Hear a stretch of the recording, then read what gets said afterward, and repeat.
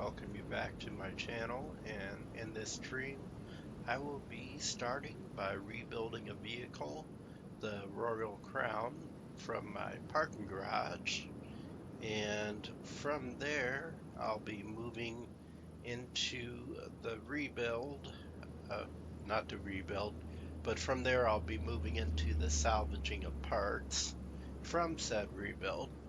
And then we'll move over to taking orders for this shop. So taking orders is just essentially what you start out by doing when you're still trying to build up that income and work through the achievements in the game. But with that, let's go ahead and get started. So we'll just go over here to parking, and I got my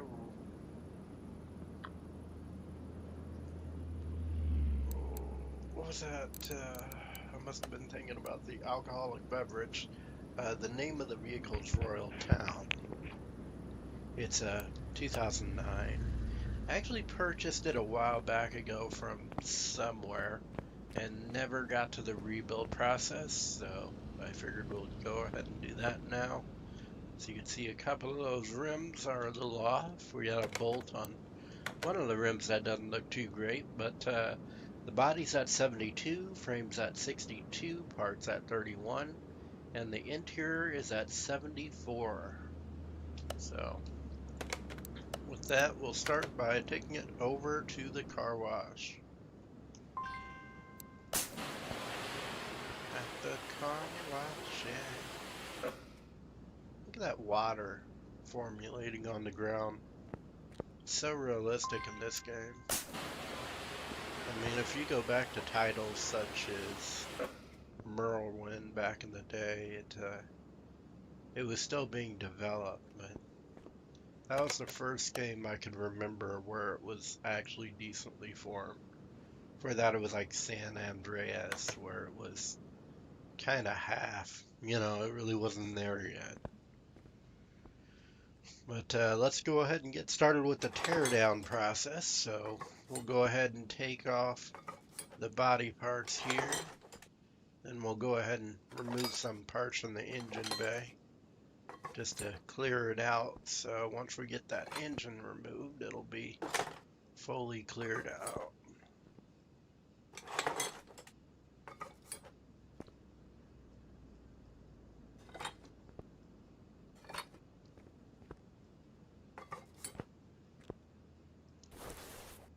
Let's go ahead and get this air intake out, which is in terrible condition.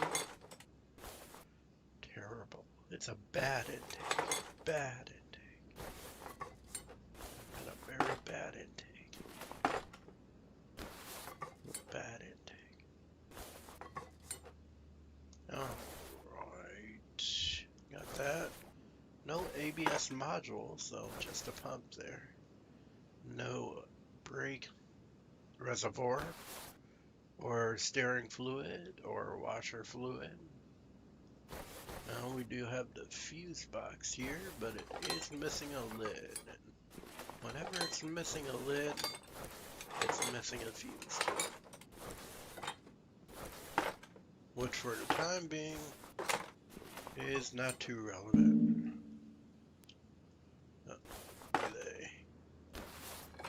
Here we go. So, got all that cleared out. Now we'll lift it on up, start with the tires, and start removing the parts from the vehicle.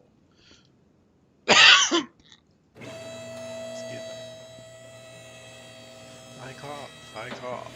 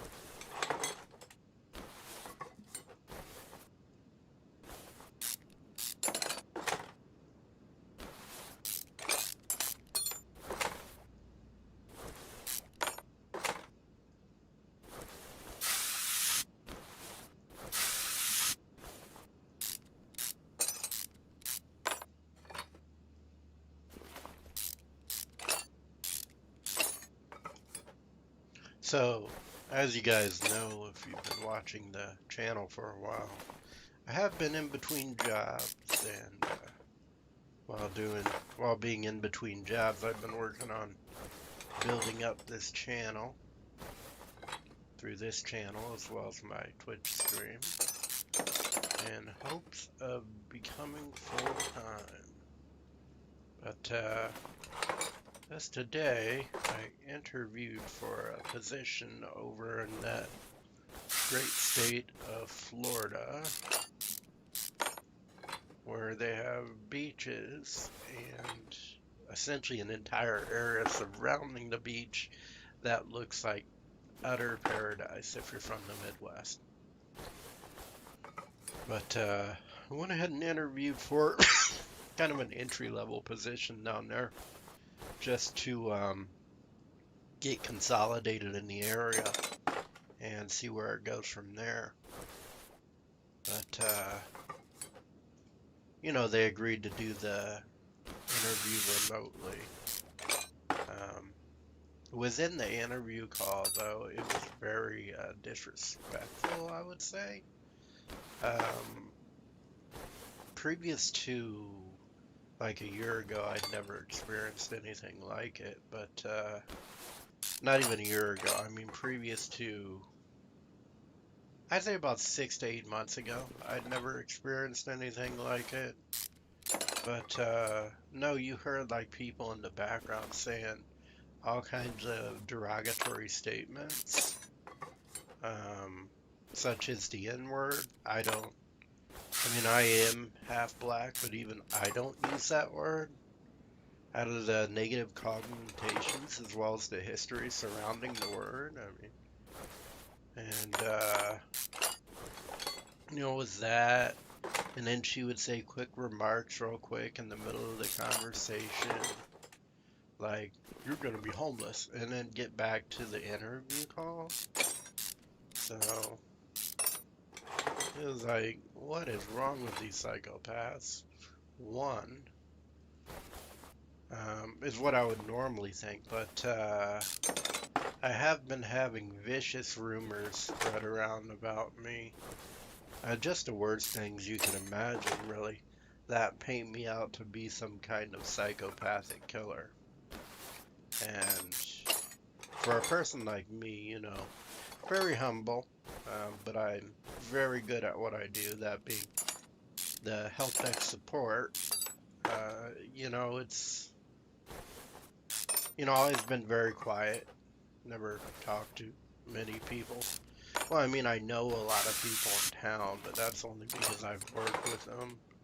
The few people I did hang out with, I suppose stopped talking to them like years ago, so it is a difficult situation to say the least. Still not totally certain how to handle certain aspects of it, so I tend to get like really angry or upset, you could say, in public areas, because when I'm walking through like the store and stuff, that's all you could hear is just people talking shit. And I don't know those people, I don't know where they're from, I don't know for certain they're referring to me, but in certain situations, you can get a gist of it. You can feel the room, as they say. But, yeah, so I don't tend to get out too often. I would prefer to stay home as to go any place and be harassed. I get enough harassment sitting in my own house, listening to the neighbors do the same bullshit. I've spoken to them in regards to it. At least the ones that were willing to speak. But I've tried to speak with some of the others, but they like to act like they don't speak English or something like that. It's childish, if you ask me. But, yeah, so, that's, part of the reason I'm If you ever see me in public, I probably come off as moody.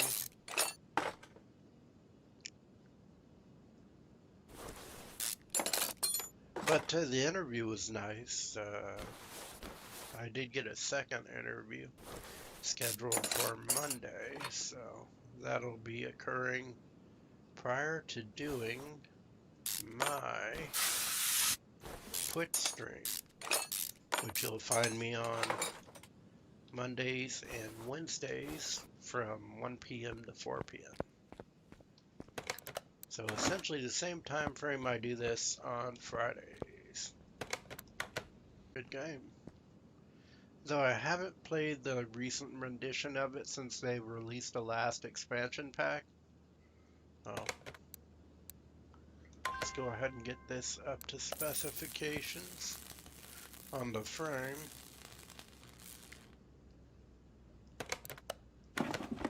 There we go. Got 100% on the frame.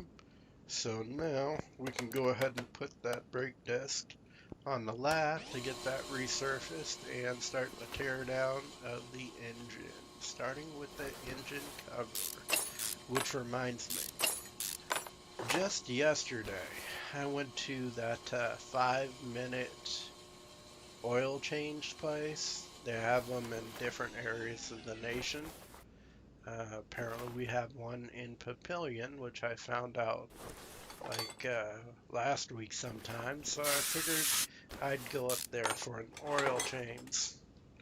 Now mind you, prior to going up there, I didn't read through the reviews, which I read through later, and about 3 or 4 of them within the past 6 months were pretty unfavorable. But, you know, I went up there because last time when I went to Jiffy Lube in order to get an oil change, the results were unfavorable. I mean, I went up there and just decided to go with the synthetic blend, I believe it was. And the guy pulls up a container from the lower level full of oil. Just some random container full of oil. And, you know, seemed a little sketchy, but couldn't really think of a logical argument to dispute it. So, ever since then, I have been hesitant to go back to Jiffy Lube. And since that occurred, I really don't want to do an oil change without being able to see who's doing it, because this scenario in conjunction with other scenarios in my life as of recently have been very disfavorable, to say the least, or unfavorable, I should say. Is the correct way of saying that word. Last night I only got like 6 hours of sleep, and after the first 1 to 2 hours, I was woken up every single hour for the last 4 hours of the sleep, which was torturous. But living in my current situation, that has happened quite a few times, so it's been torturous. And anyways, continuing on my previous story before going into the run-on sentence, I decided to go to that 5-minute oil change place, which is a newer place in, well, near my city. And I pulled up in the lot after a pickup truck drove away, and I went ahead and opened the hood and tried to get the oil cap off with your standard bit that you would normally use to unscrew the bolt from the top of the oil cap, well, oil filter cap, and they were unable to, as it seemed, one, they didn't have a pry bar, and two, when the guy came back to me, he said they didn't have the correct low profile bolt, which goes to the vehicle, which initially struck me as a little off. But at the time, I was under the impression this was a new location, and it is a unique size as well as pattern of bolt you have to get for this particular vehicle. I know because I was unable to find it locally myself. So they said they can go ahead and look around to see if they're able to find it locally, or I could just schedule to have another appointment later on and come back to do it. Well, anyways, I'm about 2,000 miles over the recommended threshold to get an oil change, so I figured I would go ahead and, wait. So I ended up waiting, and that about 20 minutes later, they come back to me and tell me, hey, we couldn't find the bolt locally, so he wasn't able to do the oil change, which I came there for, and I waited like 30 minutes to an hour to get done. Not to mention, this place is severely overpriced. I mean, the price to get the premium oil change, which doesn't make any sense, mind you, because the premium is the same to the second from top oil change, as they're both fully synthetic. So, really, premium is just a word for marketing. But, anyways, the premium is like $115 before taxes. But,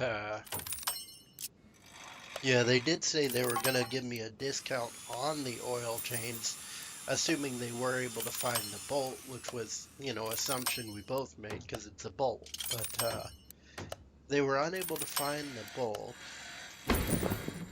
and therefore unable to do the oil change. But then the guy pulls out my air filter, and he looks at it, and he realizes it's a performance air filter that you only need to clean, like, 20 to 50,000 miles? Every 20 to 50,000? So, he's like, oh, with this kind of filter, you're not supposed to drive on it for 24 to 48 hours after you clean it.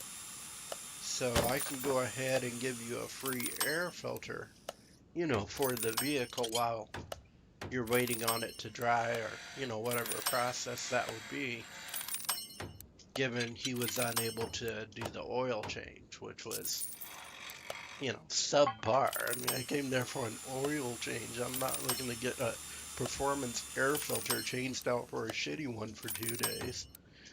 But,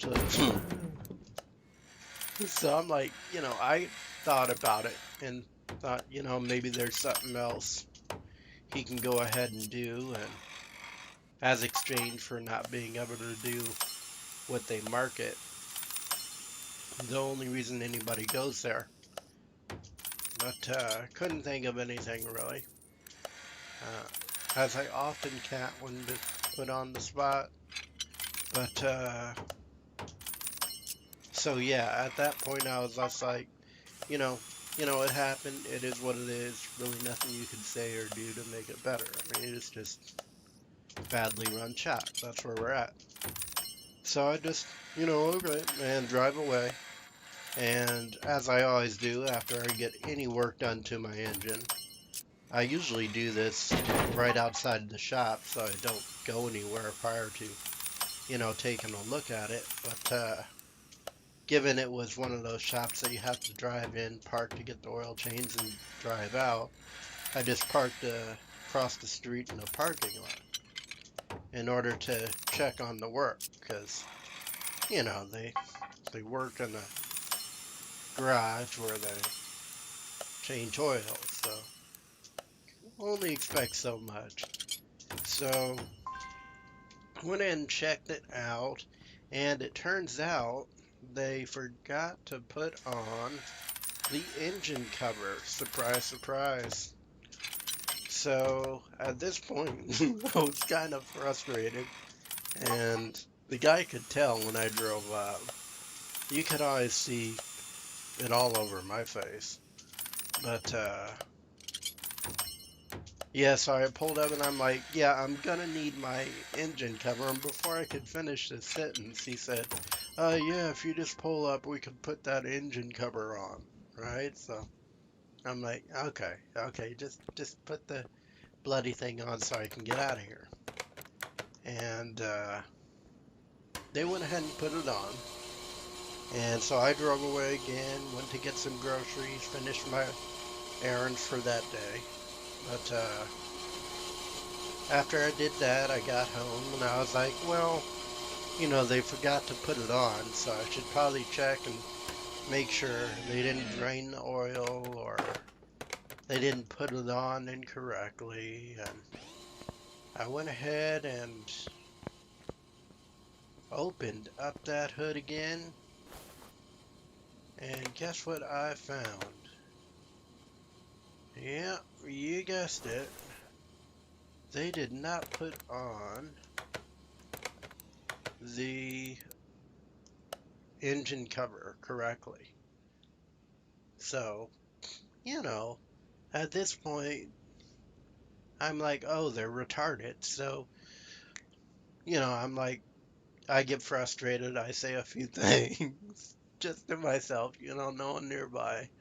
But I did manage to get it on correctly because it's not that difficult of a job when you just snap the thing on to post in the engine. I mean, you would think that somebody who was hired exclusively to change oil would at least understand how this works. But you know, you could only ag so much of these people, I guess.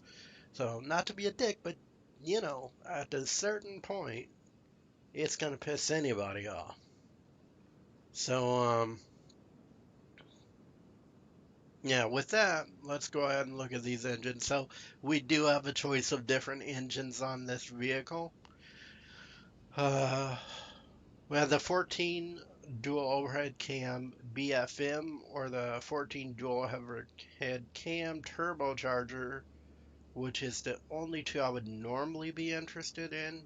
But I'm going to check and see what kind of engines I have in my warehouse. See if I might have something that would fit this build here. In the warehouse. Oh, we got a 13 dual overhead cam turbocharged. We got the 14 dual overhead cam AQC. Do we have a BFM? We do have a BFM. Sweet. So we'll go ahead and take that. That is an already built BFM engine. So we'll go ahead and put that in the vehicle. Probably saw me rebuild that in a previous stream not too long ago. Since I'm just getting started out, they're all not too long ago, consequently. But we do have an aftermarket fuel filter. Looks like OEM turbo, OEM fuel injectors, exhaust manifold. Everything's pretty OEM around here. And gonna have to put on that gearbox. That's normal. So we'll go ahead and get on the lift and start putting in those parts. Let me go ahead and separate some stuff here first. Well, before we do that, because I want to see if I will be able to repair any of those rims.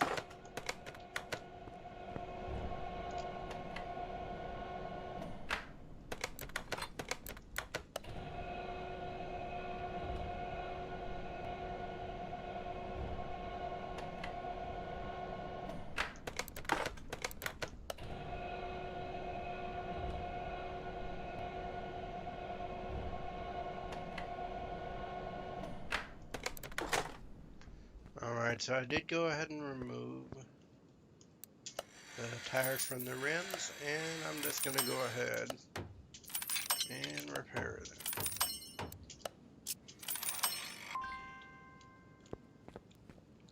Did I have another one? No.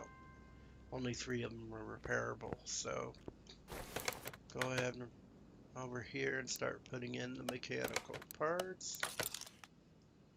As usual, we will need to purchase a new fuel tank.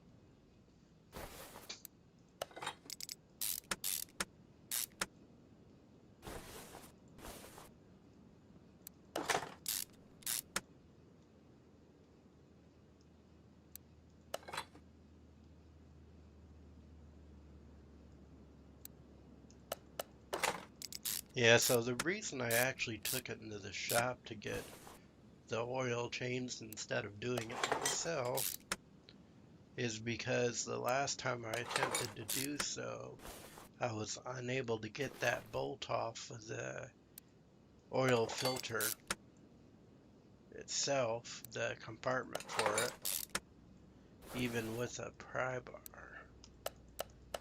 And since I don't have a torque drill, and I just had to take it into the shop. That's when I went to Jiffy Lube initially. And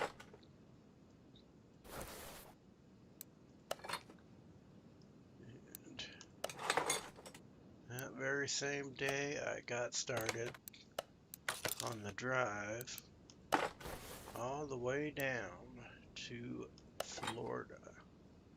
On down south there.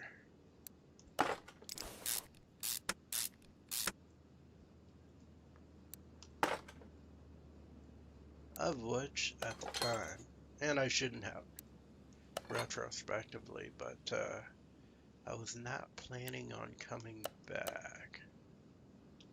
At least not until there was another holiday.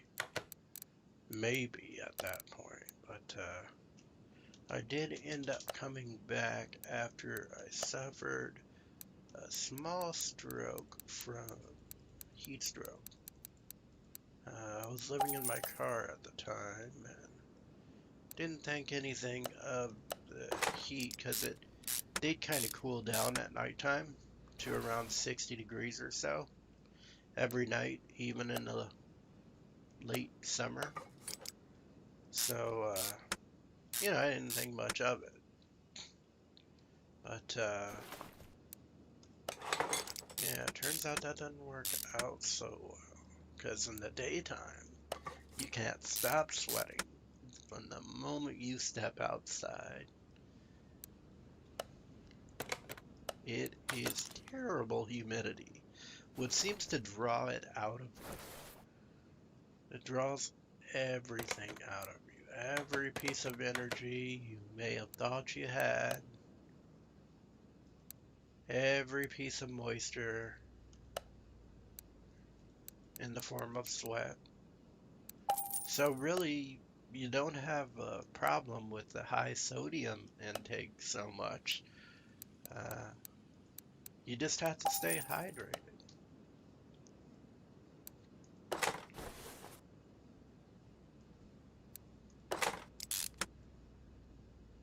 On the bright side, I did find a white sand beach was the primary reason I chose the area in Florida I went to was because they were the only inexpensive area that one had white sand beach, well, a white sand beach nearby. I'm sure it has, well, technically two, the Neptune Beach and the Atlantic Beach. About an hour south would be Daytona. So, pretty good area, honestly. But, so I went there and found out that they look and feel a whole lot better in person. Pretty certain that's what paradise looks like.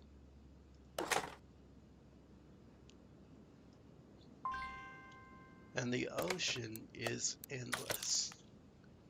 Just an endless blue to a clear sky. If you're from Nebraska, it's like nothing you've ever seen before.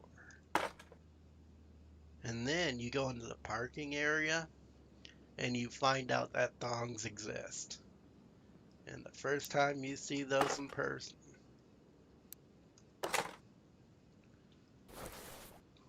you forget about, all the other things, for just a little bit. Your mind goes blank, and that's a great feeling.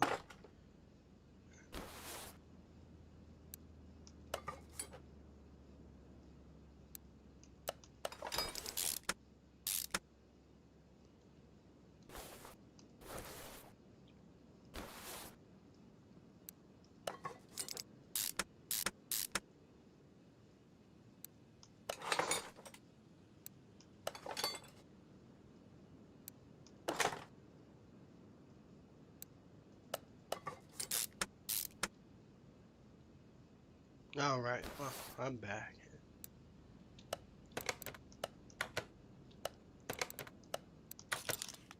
Yeah, I was gonna park in that parking area, but turns out pretty much every area near the beach you have to pay to park there. And the payment method is exclusively with a card. Anyone in network security knows that paying with a card at one of those little booth things for the parking is terribly insecure. I mean, right off the top of my head, I could think of at least two ways of breaching that security if I were a bad guy.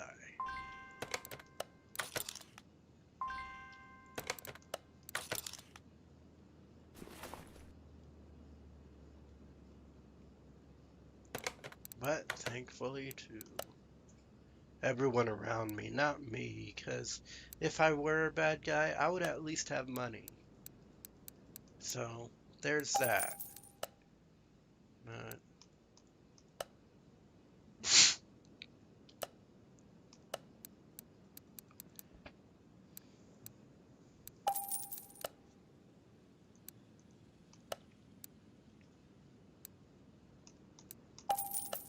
not to say I want to be, I'm too old for that now. Just to say, if I decided to go in crime at a young age, I would have an enterprise by now.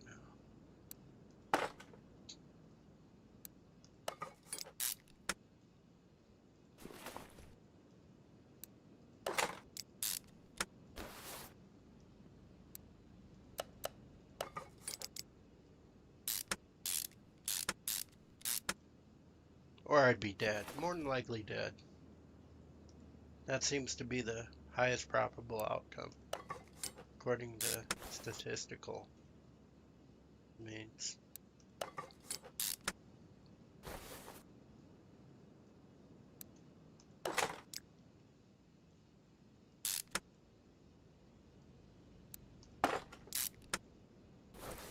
And rap music.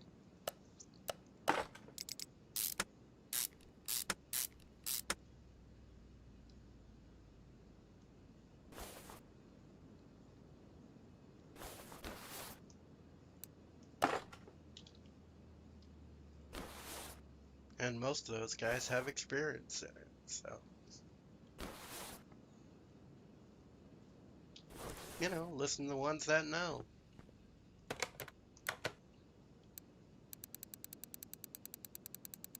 Well, maybe not most. From what I hear, it's just some.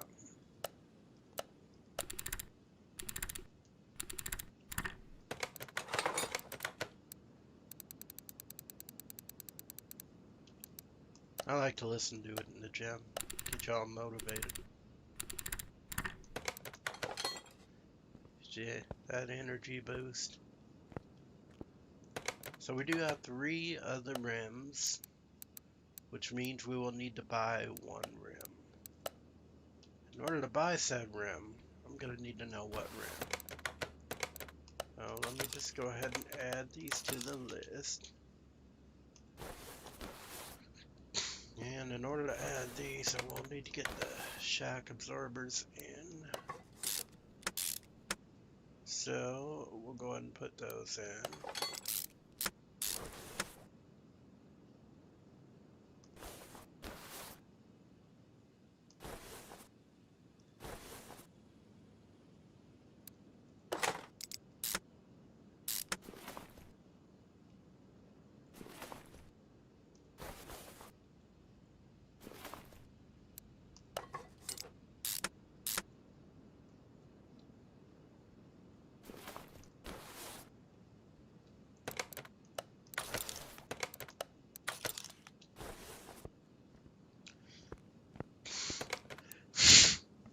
Oh, excuse me.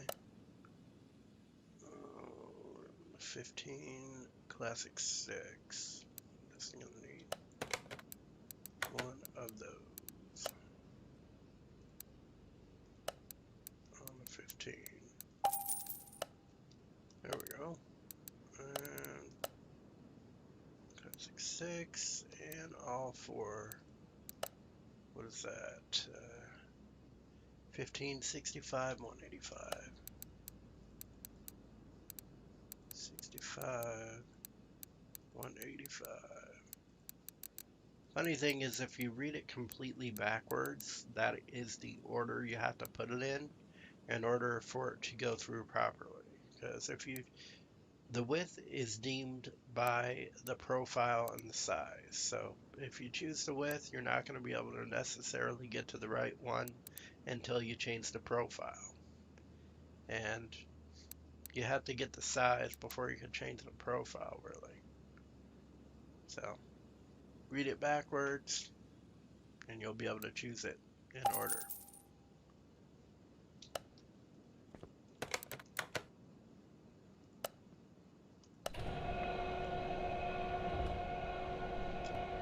I bet you thought I was dyslexic.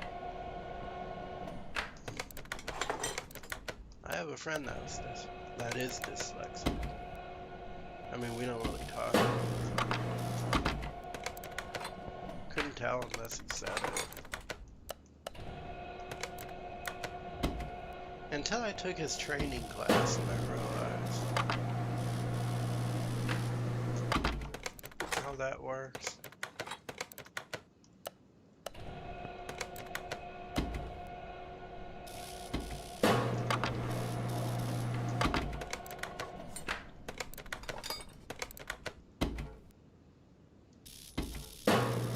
He was my supervisor in one of my previous positions.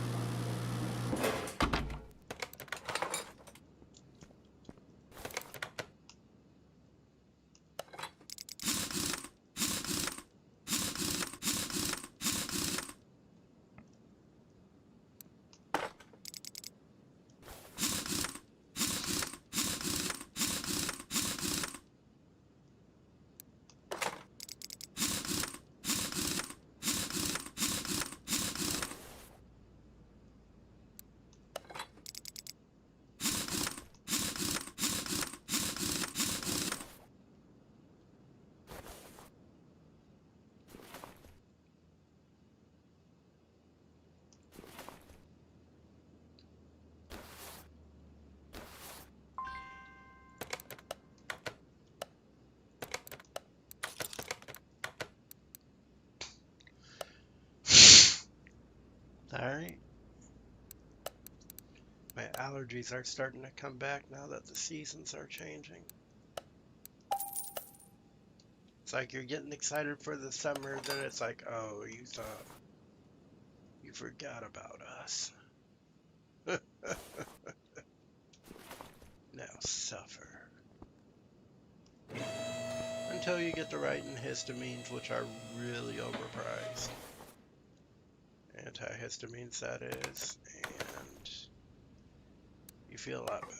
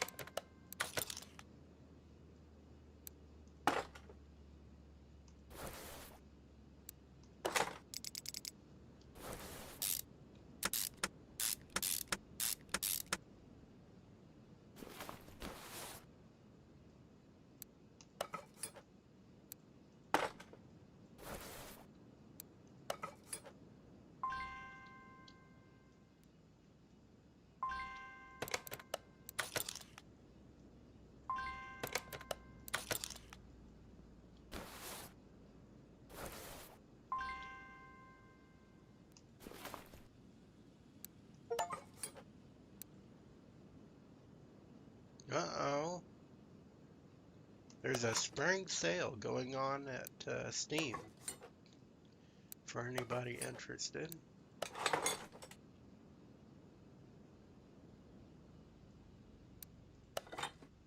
Steam being the gaming platform that you could buy a bunch of games from. Competitor Origin, they ended up getting bought out by EA, which was a surprising turn of events. I mean, EA is a game manufacturing platform, not a platform to purchase games on. Other than the games that they already create, they have that platform to purchase them on, which I suspect probably came about after they acquired Origin. It's probably where they got the knowledge to be able to do that. It's usually how that works out.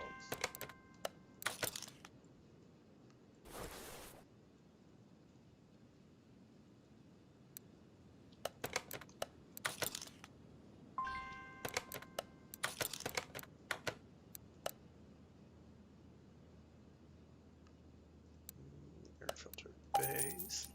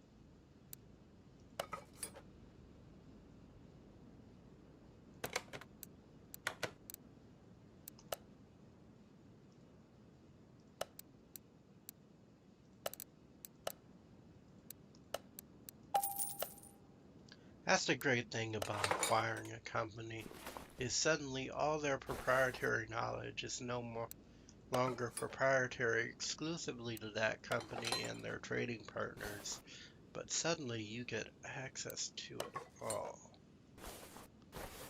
For rich people, that would be nice. I am not rich, so.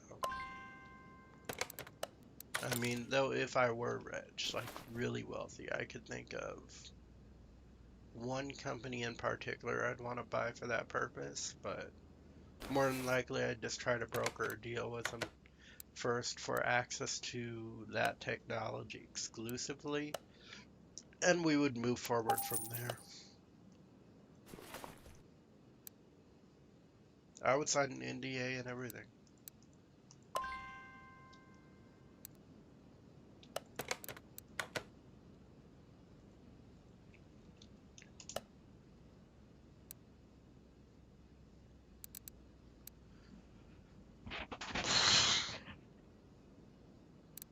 I'll tell you, if I had money, I'd be so wealthy by now.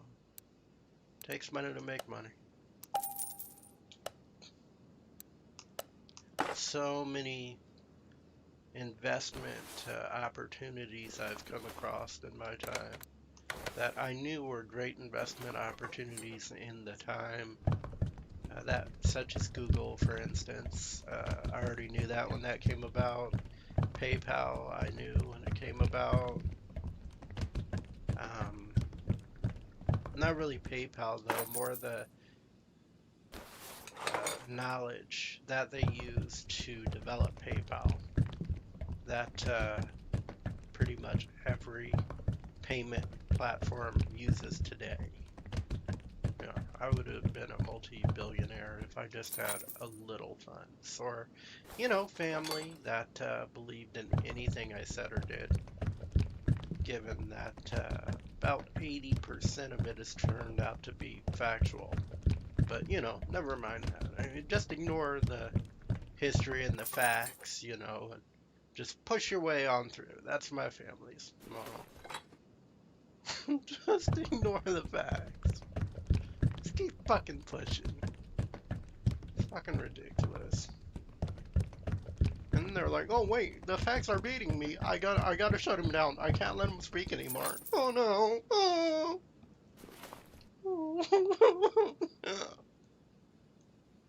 I get so scared.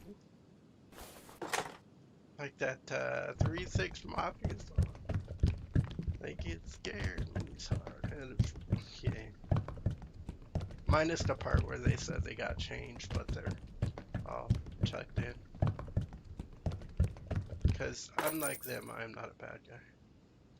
Not that I'm saying they're bad people or anything bad about 3-6. I love 3-6. Their music is really good in the gym. And they are the best at what they do. Some of the best. I mean, especially when you consider underground artists. I mean, what do you got? You got 3-6, you got Tech Nine, Hollywood Undead came from the underground. Some of the best artists came down there, and Tech Nine decides to stay down there. So does 3-6. No, they actually own their own record label that they have a lot of people under nowadays. Even back then, I think they owned their own record label. What is that? They had Ashley Black on it, or whatever his name is. He was really good. I think he got killed along with that other black lady that was really good rapper. It's unfortunate what happened to her, but she could flow better than Missy Elliott, I would say.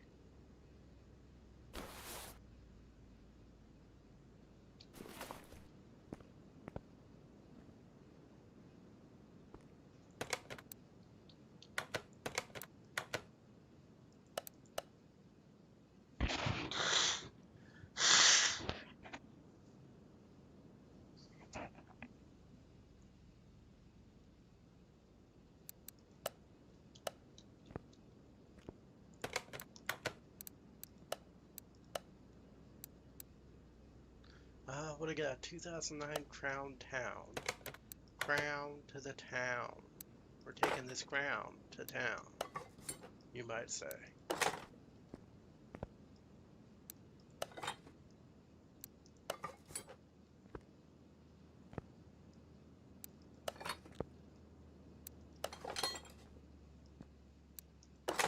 So right now, as we speak, my neighbors directly across from me to the east are just gathering this information to be used against me in the future. You might not believe me when I say this until you actually hear it. So that's coming later. If they keep wanting to continue with their lewd acts. You know, just in case I get arrested, gotta have something to bring back. Like, I think not. I think I'm filing a counter lawsuit. Uh-oh. Otherwise, we can all continue as normal. Sometimes people don't know who they're messing with. They have to be told who they're messing with.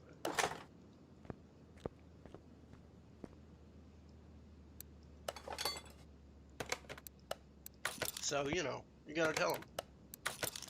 Gotta make them aware. They're not as smart as others, so they might need to be told a few times.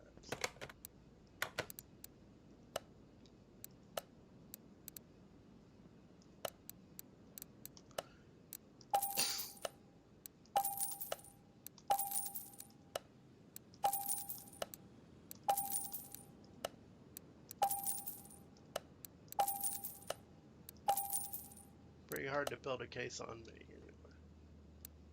Like Jason, and then they all laugh. and then I'm mildly offended.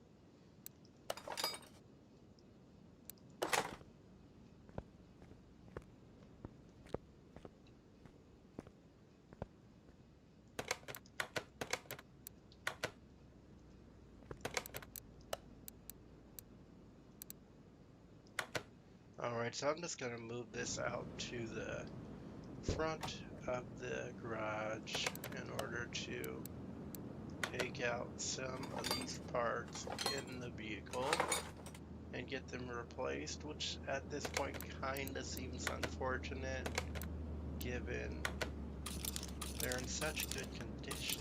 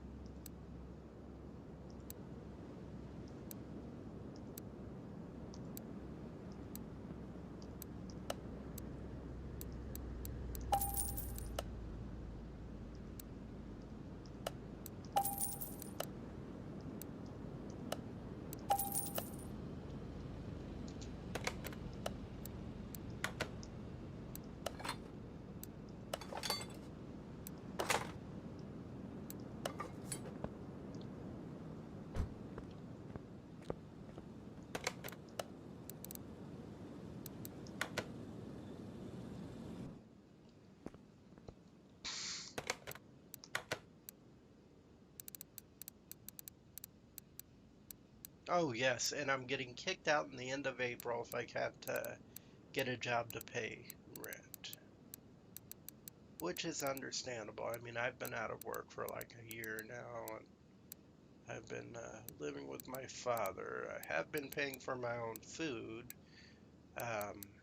my own food, water, you know, my bills. I have insurance, stuff like that, normal bills you would have. But phone bill, all my own bills, as usual, for the past ever, really. Nobody's ever paid any of my bills. I never actually thought of that. Just kind of did it, you know.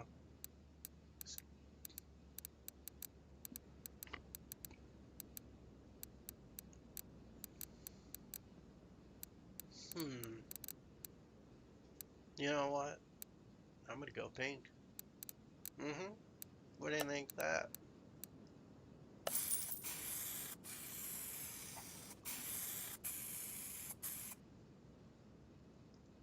Unfortunately, there are no Liberties. I think it would go good with the pink contrast in the back. Really lights up the garage.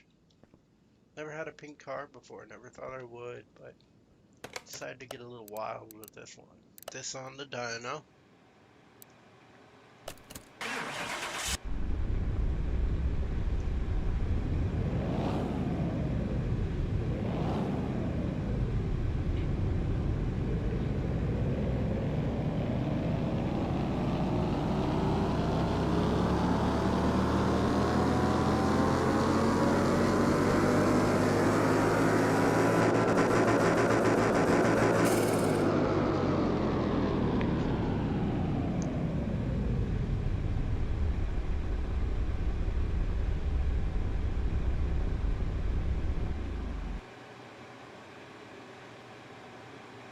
Alright, so as you can see, we started out with 250 horsepower, 5,955 RPM, and 255 foot-pounds of torque at 3,720 RPM. Measured horsepower will be 264 horsepower at 5,970 RPM, and 268 foot-pounds of torque at 3,745 RPM. For a gain of 6% horsepower, that's 15 horsepower, and 5% foot-pounds of torque at 13 foot-pounds. So with that, it gives us a drag rating of C207. I am surprised this vehicle did not get a D, but that's pretty good for a little small Econo kind of model. Econo looking at least. And with that, let's go ahead and move it to the front. This is actually one of the quickest rebuilds I've ever done, I think. And we got 100% on the body, 100% on the frame, 100% on the parts, and 100% on the interior. So let's go ahead and take a quick shot of that.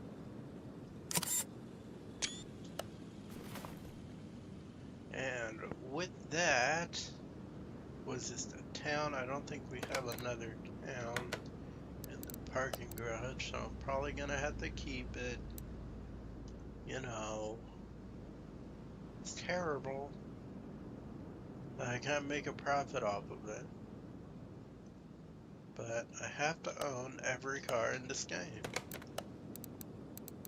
I am an obsession.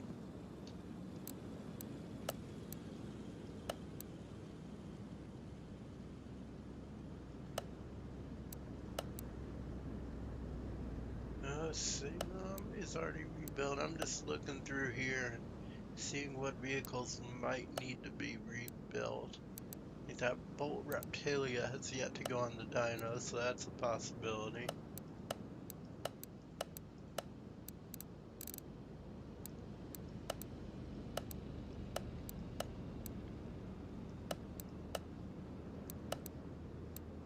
This one I actually brought from the saloon, brand new. Haven't really done anything with it, just like to look at it really.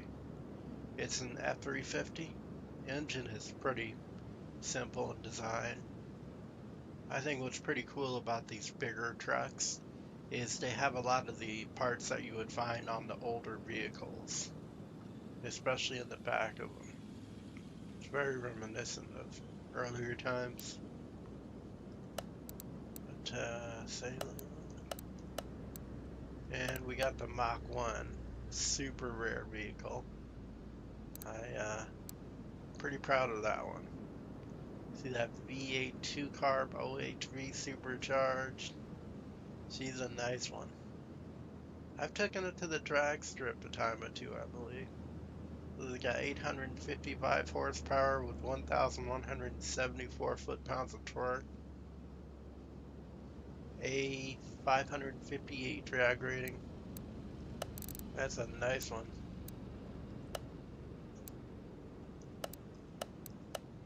And we got the Volson 2040, 93, 93.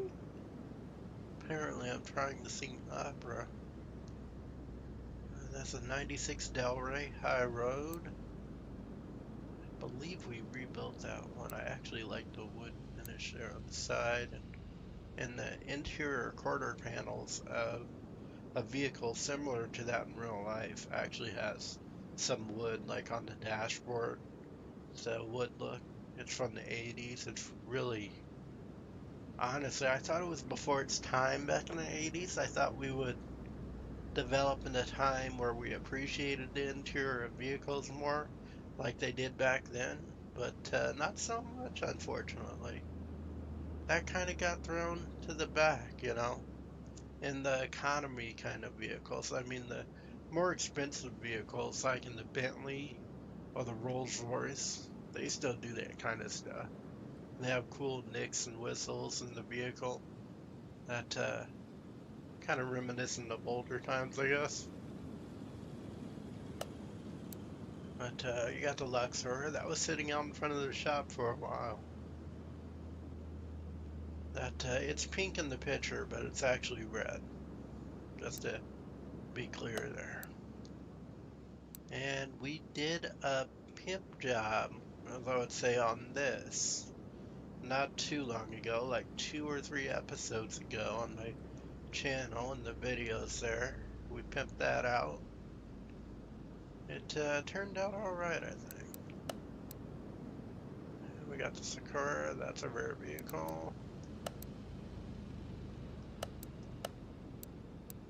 We also pimped this one in the last video I put out, I believe it was.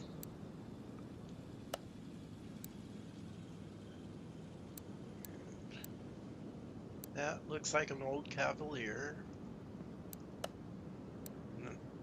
Homage to the Hellcat. We pimped this out in a previous pimp job as well. We rebuilt this one. I believe yes, I have a video on that prior to the Pimp That Ride, Pimp This Ride series. A Mustang, you know, it's a must-have in every garage. We got the 2010 Movin Urus. I don't think I've done anything yet with that. I brought that in the saloon, as you can see, no miles on it. Single overhead cam 14. We could probably get a 14 DO8C BFM in there. To be honest, if it has that kind of engine in it. But I'm not sure, given the 4x4 transmission, it might not fit. We got the Rhino. That looks like it was brought from the saloon as well, with 0 miles on it. Haven't really done anything with it. Luxor Bowen. Look at that engine. It is a big engine, and it goes pretty fast, to be honest. I mean, at 537 horsepower, you wouldn't think too fast, but I guess that 744 foot-pounds of torque really pulls it on through. A 6-star. I brought that because it looks like a Hyundai Tiburon, which was my first sports car.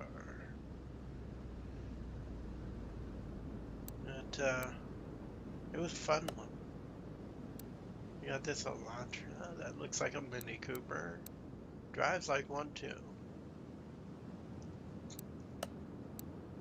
Salem Flammo. That always reminds me of a flaming... Well, I won't say it for the stream. Might come off offensive.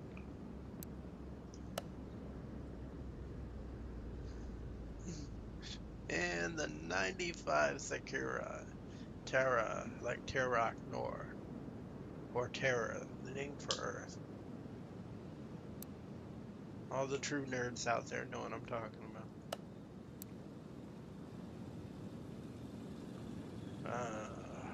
We have the Bolt Supernova.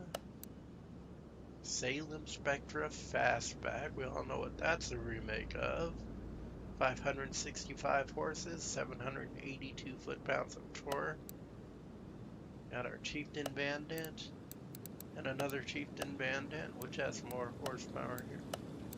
Now let me go ahead and move this to the garage real quick so I can get a look at it side by side with the other one and see which one I might want to sell.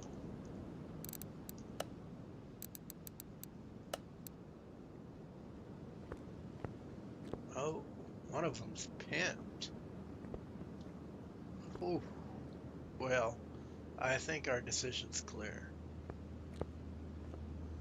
That is nice. Look at those rims. This is an example of what you might see me do on the Pimp This Ride series, which you can find on my main YouTube channel. You just click my image there, and that'll take you back to the main page. Now, if you look at it, you'll see it has a great tint job to it. Kind of complements the blue shade with the metallic coloring to it. And you got those rims. You know, you gotta have those rims oversized with those low profile tires just to fill out that wheel well really nicely. I also decided to go with the metallic look. So you'll notice this right here on the spoiler metallic. You got those metallic side mirrors, and I went with the scoop on the hood there. So you got that nice scoop there. It really comes off aggressively. I like that. I did decide to go with the OEM headlights, so it looks, and the aftermarket bumper in the front. And I got the aftermarket tail lights on there as well. So that one turned out really pretty well. And that's why I'm going to keep it. Because it looks too good to go anywhere.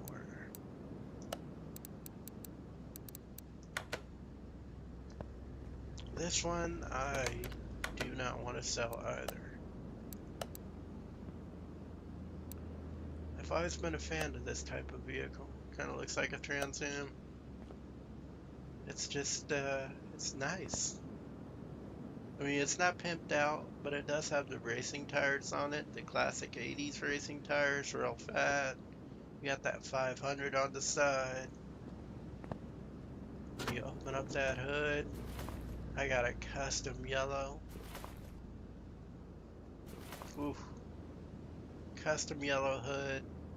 You got those yellow engine covers with the yellow manifold. That pops. Beautiful car. Can't sell it.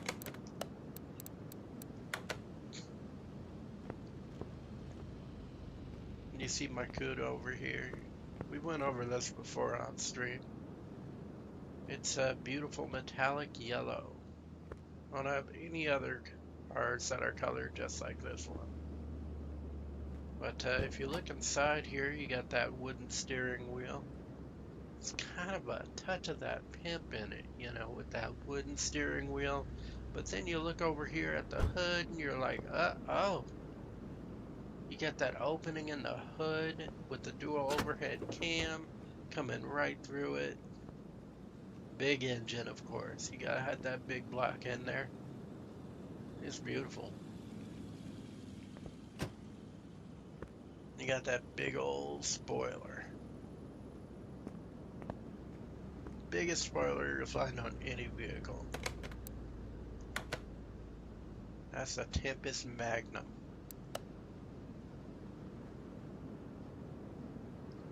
Oh. See, the factory power was 498. After I got done with it, it's 868. Factory torque 691. Ended up being, you know, just about 1,192. That's all. So, she pulls. She pulls nicely. And that's why she's earned her spot in the front of this garage. Now with that, let's move to the more boring part of this video, where I do a little salvaging before we get started on the order taking. So, when I do this, what I like to do is play a little game. So, I'll essentially count how many parts I can get the bonus parts for. and just see if we could pass my current record, which is at 19, if I'm recalling correctly. So, with that, we'll go ahead and get started. Just as soon as I miss one.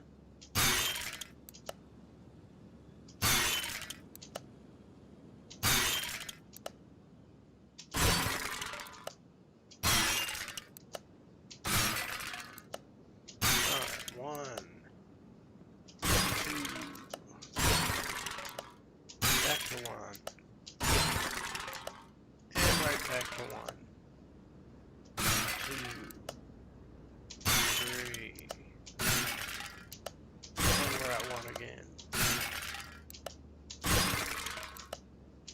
and we're at 1, 2, 3, oh.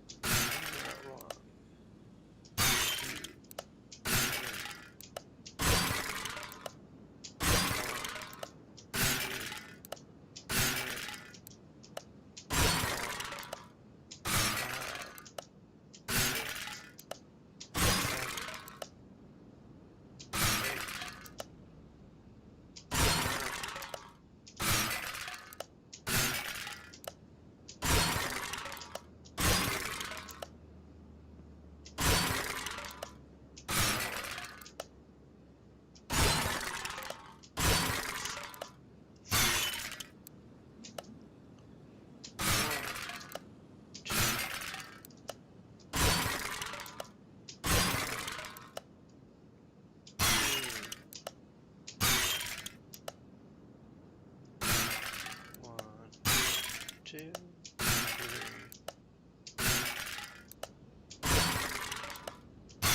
1,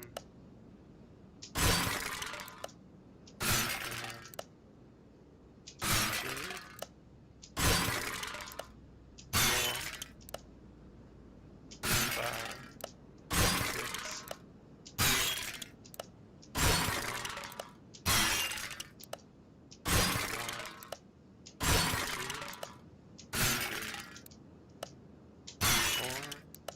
5, 6, 7, 8,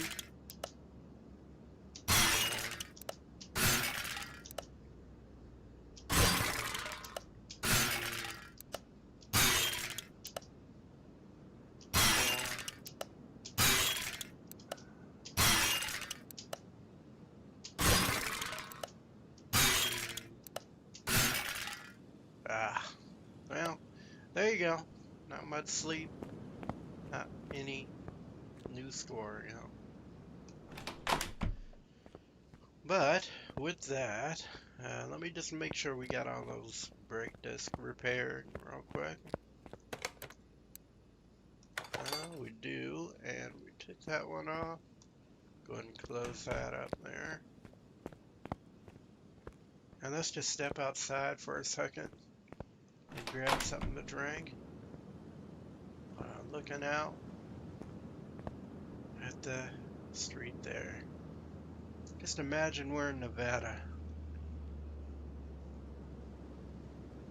We're in Nevada in the wintertime, so the weather's favorable. We're out there, we're just looking west right now. No, actually, never mind. We're looking north, where the mountains would be. Or I'd imagine they would be. You know, some cacti to either way you look. Right in front of your garage. She spent years in building, and it made you a millionaire. Retirement's all set. You got that, you know, you got a kid or two, you know, and that house over there, that gray house with the garage. And sometimes you go about an hour in town with your wife to pick up the groceries from like a Whole Foods. You know, you stop at Trader Goods sometime to pick up some stuff there. That's Trader Joe's.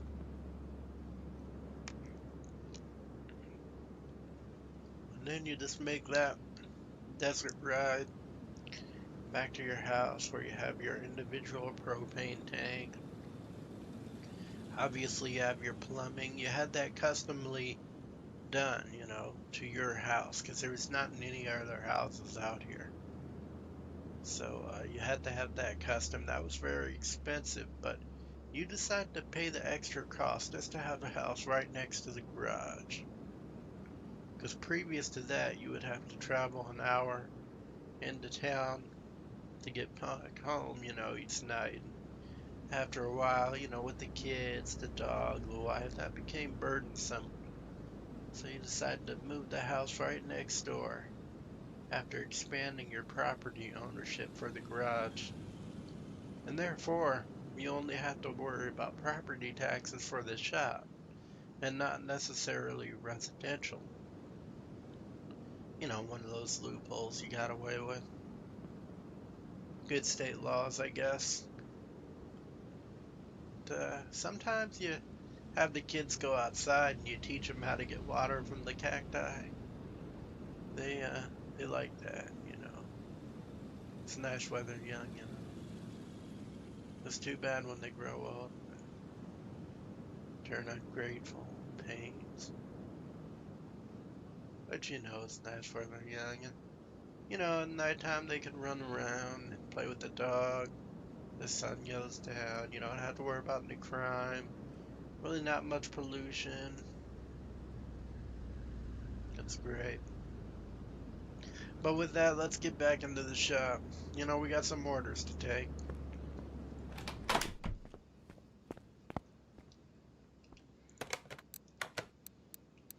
So let me see.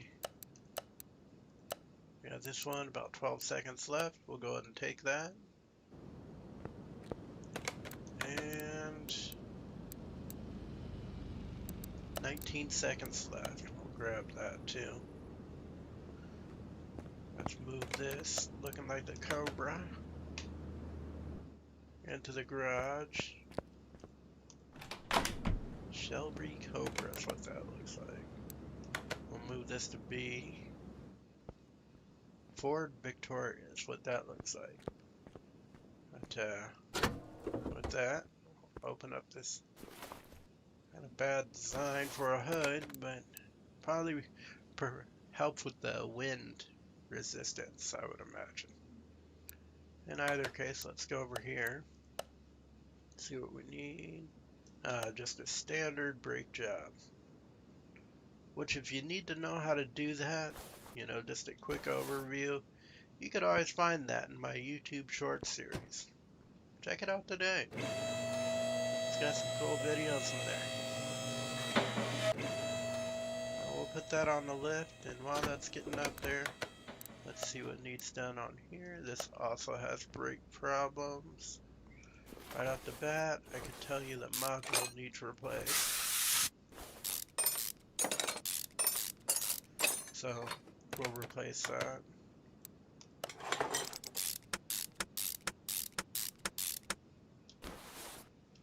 And go ahead and put that on the lift as well, as we'll need it up there to look at the brake pads and rotors. When we come over here, that one looks good. Move over here. Got a rusted out bolt, which generally indicates something might be a little rusted underneath. So let's look under the brake drum, and there we go. That brake shoe needs replaced. And whenever I replace a brake shoe, I also like to put in a new cylinder. We'll get all that in there. And the tire back on. And we will move over to this one. So let's go ahead and get this tire taken off here.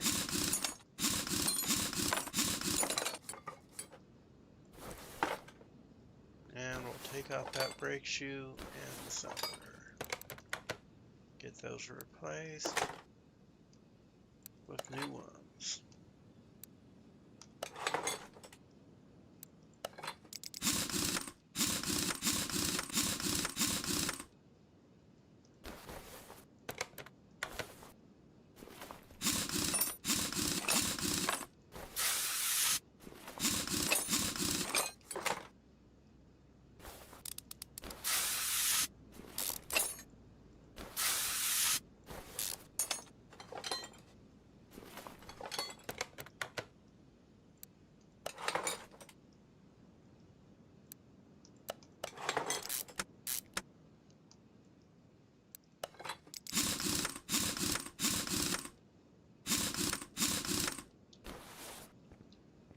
Alright, so let's go ahead and bring it down a bit. While that's on, we'll take this tire off. Trying to keep busy, get these out of the shop as soon as possible.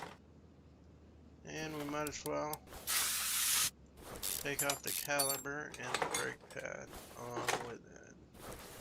The rotor, that is, along with the rotor, which we'll put on a new one. Brake pad should be good. That's 60. Caliber, I believe I will have to replace, but let me double check that. Well, I got one here at 60. I'm guessing that's the one. Oh, we'll put that back on and come back over here. So we have completed that. We got the Porter brake performance at 185 credits.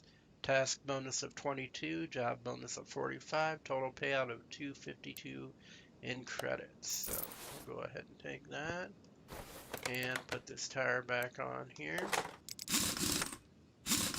take a look at the other one.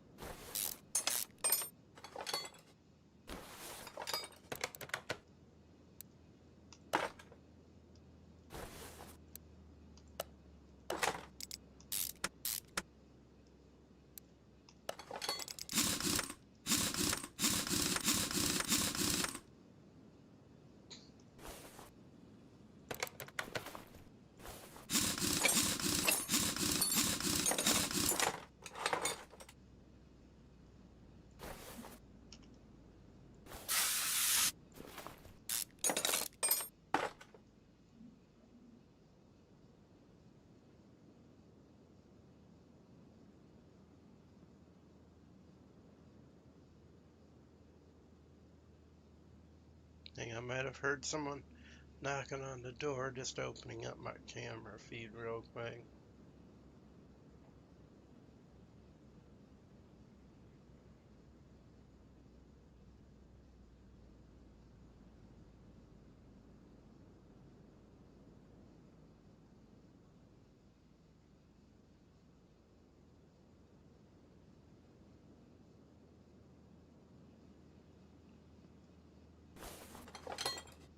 No, we got nothing.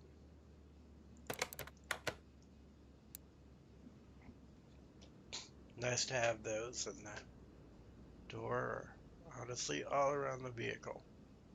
Or the house, not the vehicle. Or wherever you may happen to be staying, 42. So let me see. 47 should be alright. Believe we do have to replace this. And we'll get that back on there.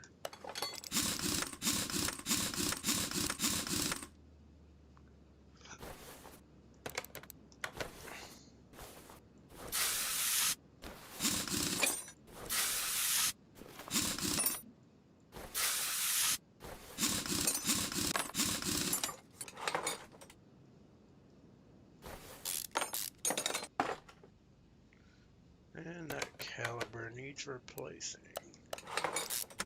We'll go ahead and replace that. Rotor and the brake pad should be alright at 47 as the minimal. Or 42 is the minimal.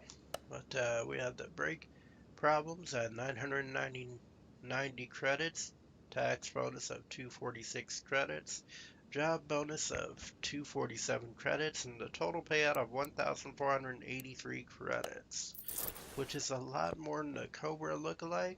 Seems a little odd that a Crown Vic brake would cost more until you consider that we did have to replace that brake module, which is very easy.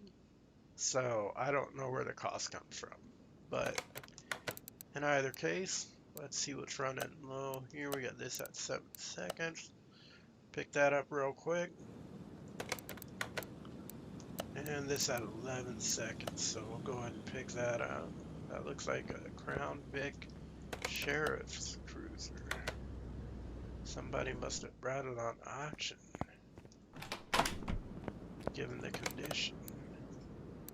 It's not too great. We'll move it over to B. And let's see. This one needs brake problem fixed, as well as grinding and shaking from the gearbox. About one thing wrong there. With that, it is the gearbox itself, and looks like the brake module is going to need to be replaced. And we'll go ahead and get started with that. That's at 26. We got 49 here. That's at 29. So the brake module as well as the brake pump need replacing. Both of which we had in inventory, so that's good. And with that, we could lift the vehicle up, as in order to replace the brakes, as well as that gearbox, we're going to need it to be up. So let's go ahead and check in here while that's going on. Other problems, this fluid changes and increase vehicle tuning by 9 to 14. It already has a turbo in there, so that shouldn't be too difficult. Probably just replace the turbo and that'll do the job. Maybe tune it up a little bit. But let's go ahead, take that caliber off, get that replaced, and we'll move over to the next wheel well. See what we got to replace there.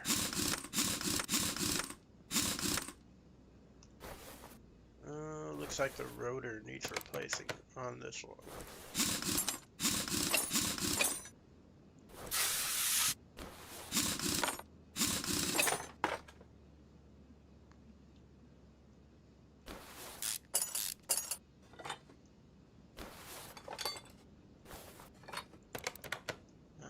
Brake disc. We'll go ahead and put that on there and use that brake pad there.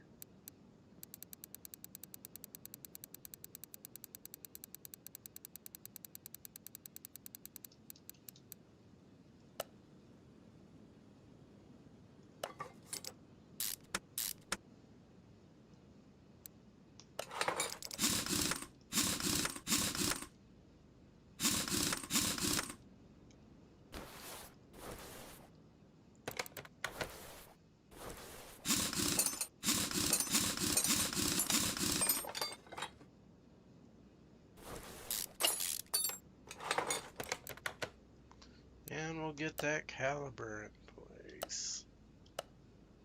Let's get some more cylinders. There's brake parts. We get about 10 of those, as we only use those for these.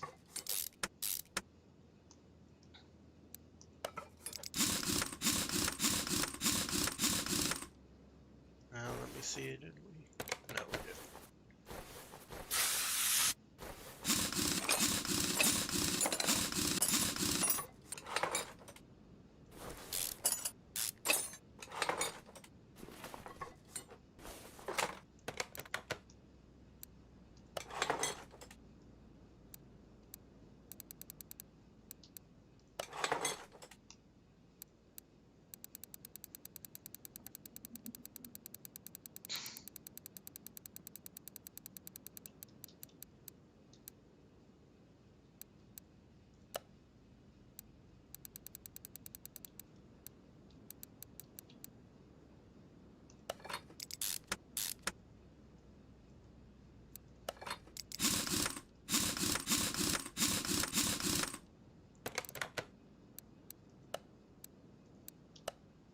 With that, we still got that grinding in the gearbox. We'll replace that gearbox, and that should do it.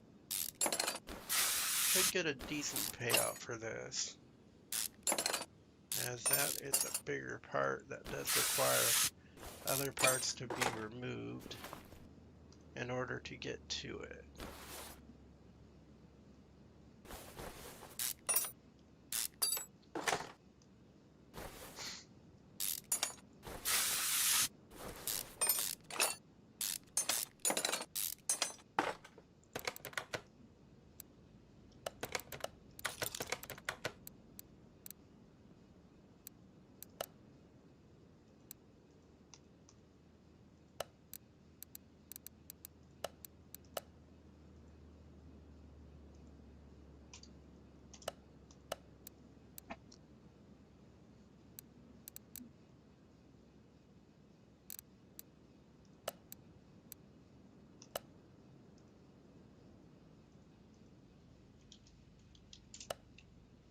That's understandable if I had the wrong category selected, right?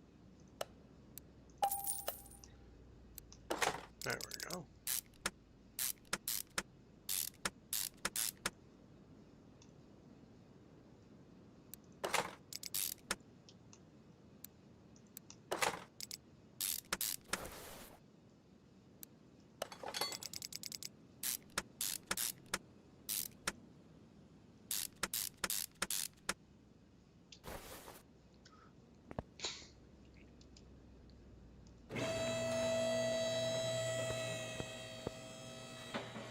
Alright, so with that, have completed this job, and that brings the brake system needs fixing to 1,970 credits. Grinding and shaking from the gearbox, add 1,500 credits. Tax bonus of 867 credits.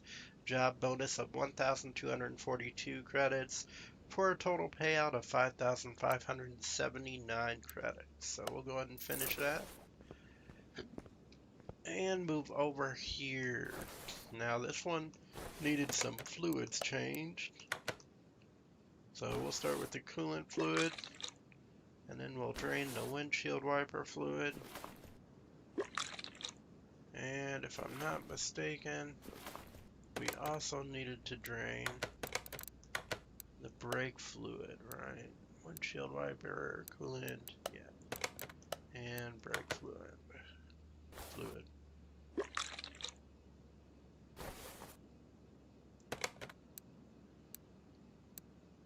And with that, we can go ahead and refill them and get started on those aftermarket parts, or part being the turbo we talked about earlier.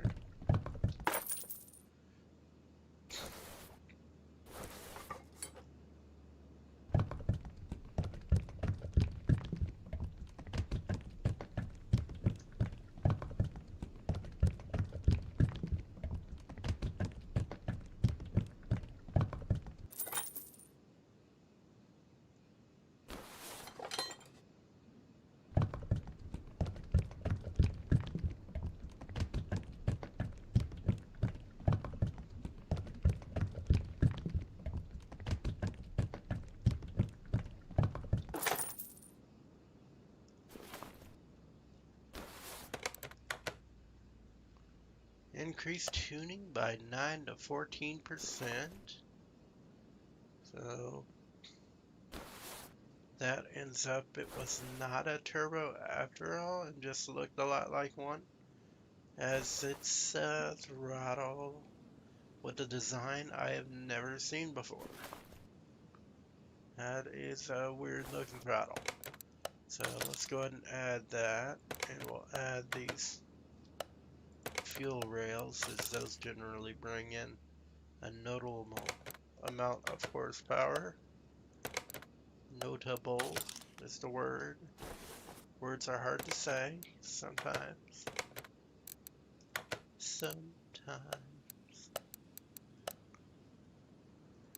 Gearbox throttle. It's only 1%. I'm not going to worry about that. Fuel rails 2% each. So that would be 4 plus 4 would be 8. Honestly, that would be the perfect one right there. So I guess we can worry about that throttle. And 4 and 4, that'd be 8 on those alone. We could just get the throttle in place of the fuel rails. That'd work out better.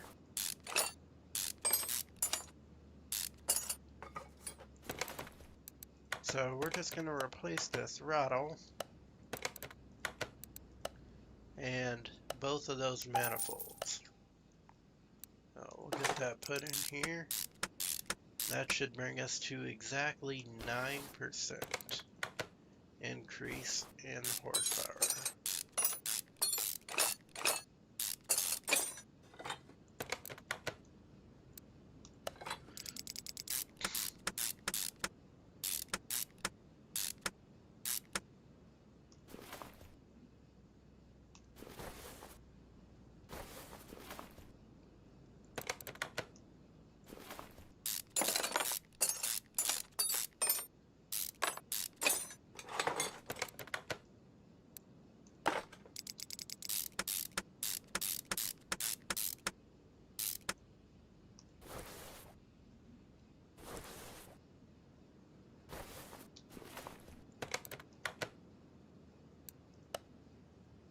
Alright, so we have other task at 1,015 credits, tax bonus of 253 credits, job bonus of 507 credits, total payout of 1,775 credits. So we'll go ahead and click finish on that.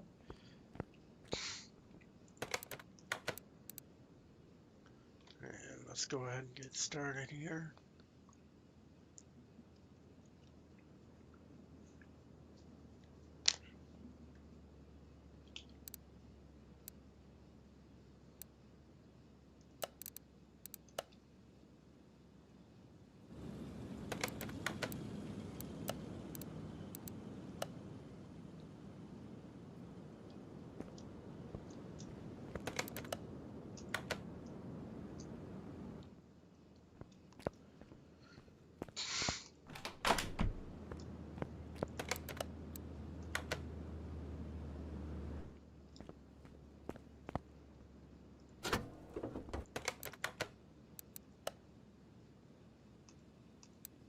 Repair all running gear faults.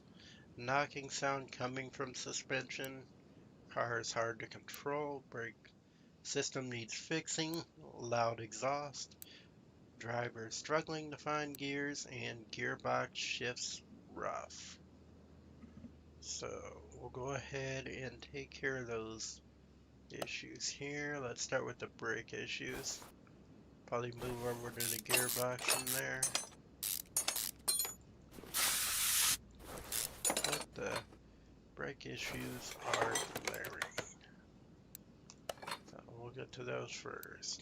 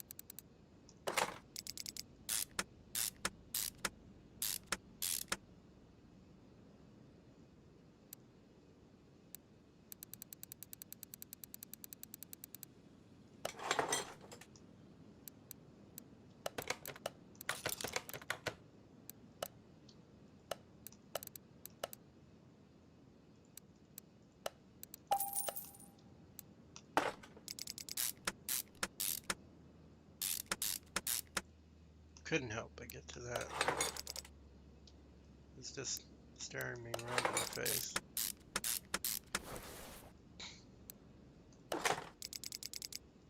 And I'm starting to lose focus as I'm starting to get a little tired here. The sugar is wearing off. The caffeine wore it off hours ago.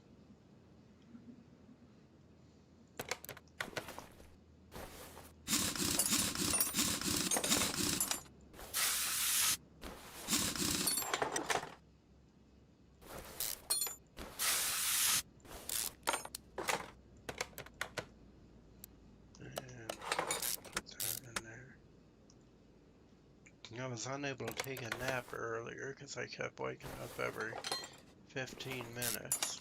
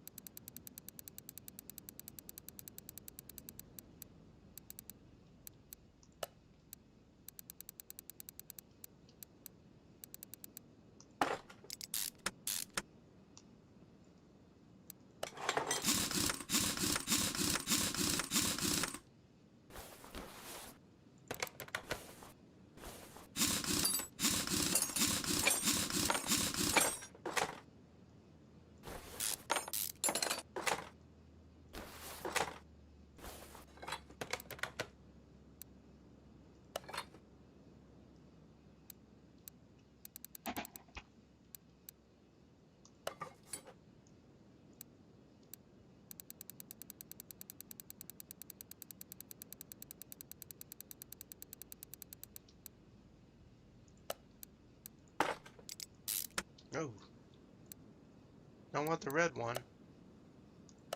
Not the wet one.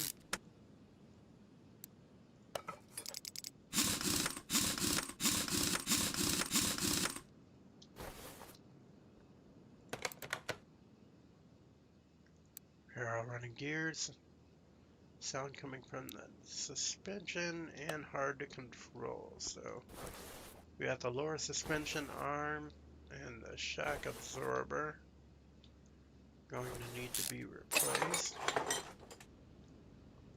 In order to get to that, we do need to remove the tire. Lower suspension arm, that is. And the sway bar rear, or sway bar end link A will also need to be replaced along with it. So, got those out. Let's check over here. We got the outer tie rod needs replacing. Gonna have to take off the tire for that as well.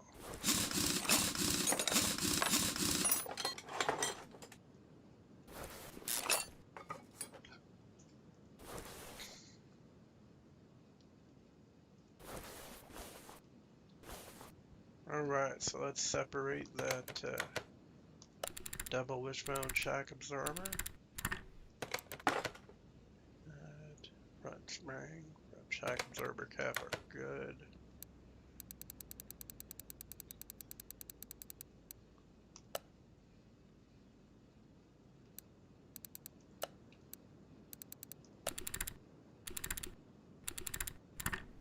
Just need to replace the shock absorber. And let's start by getting that outer tie rod in, as well as the tire here. Outer tie rod and tire. Down there. We'll move over here for that lower suspension arm. End link.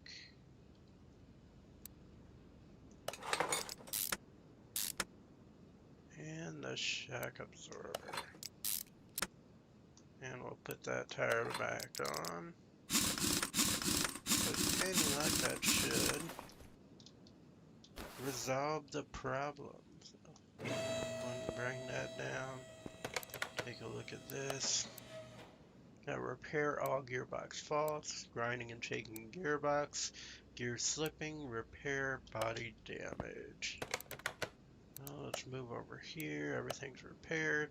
So we got repair all running gear faults at 120 credits, knocking sound coming from suspension at 175 credits, car's hard to control at 81 credits, brake system needs fixing at 1,970 credits, loud exhaust at 220 credits, driver struggling to find gears at 90 credits, task bonus at 1,914 credits, job bonus of 1,494 credits, total payout of 7,564 credits. So, with that, we might, and I reiterate, we might want to make sure we get all the parts on there. You know, just a good rule of thumb. Not to forget the front drive shaft. Otherwise, you may not be able to get in gear at all.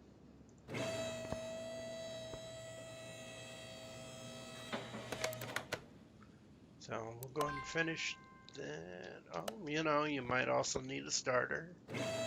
That might be useful to get it started, right?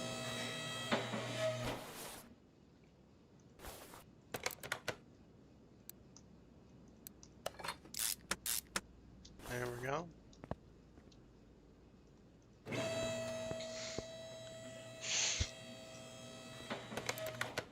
And we'll click finish. So that is completed. And with that, I'm just going to put this headset down for one moment while I use the restroom, maybe get some coffee, and I'll be right back with you. In the meantime, let me just go ahead, turn on the radio. And you know, since we're on break here, we might as well go outside and just look at it. I'll be right back.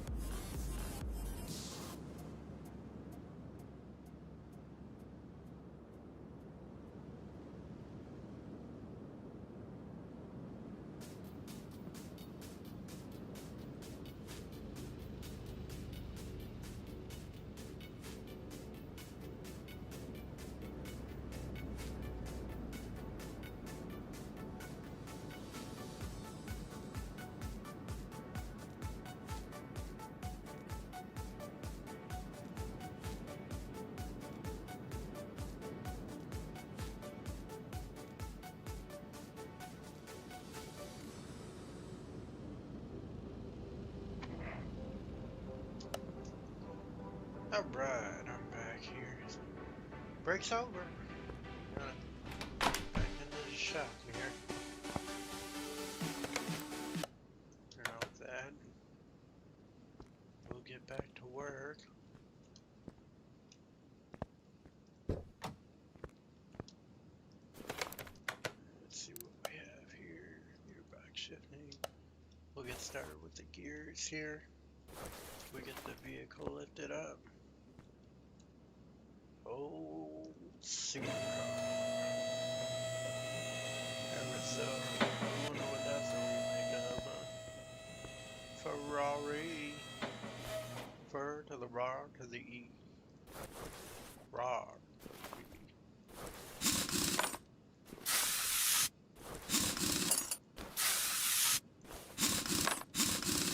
This one's interesting because you have the dual rear axles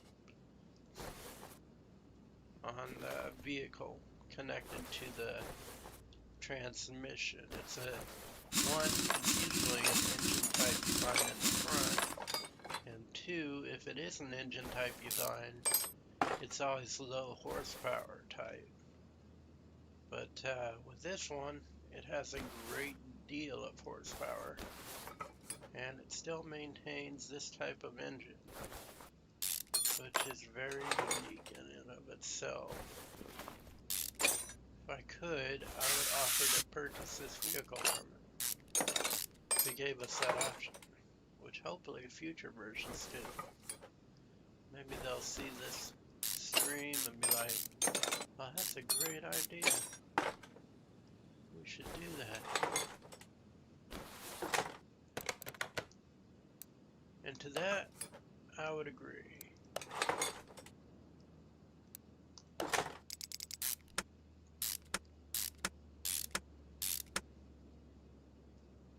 And then when I stream 100 streams of that, we'll be able to do that every now and then.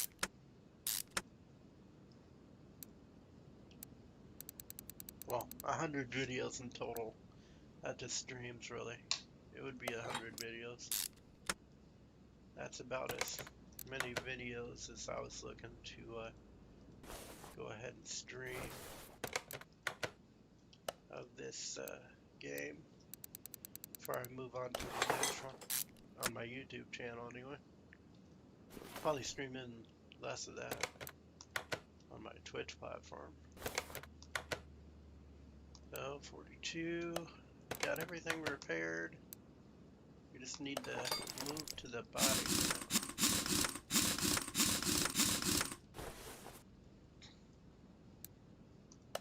I've been thinking about making a gaming platform over on Instagram as well. But I'm really not certain, besides short clips, what I would post on there.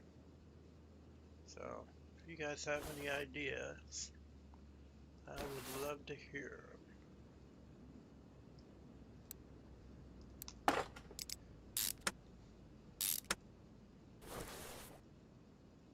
Definitely probably get a TikTok going here eventually, posting those clips on it. Probably upload it to my Dropbox and use that as a transference mechanism while I use the Wi-Fi at work to post clips during lunch break or something. Seems like a decent idea. Oh, we got that front left door, left side mirror, and left tail light. Front left door, left tail light, and left side mirror. What else do we have? Rear bumper, rear clamshell, and rear window.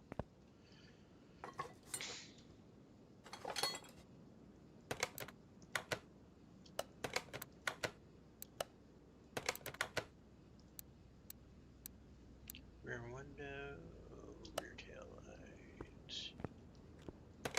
Was that the right tail light? Yeah. So let's go ahead and purchase the rear window.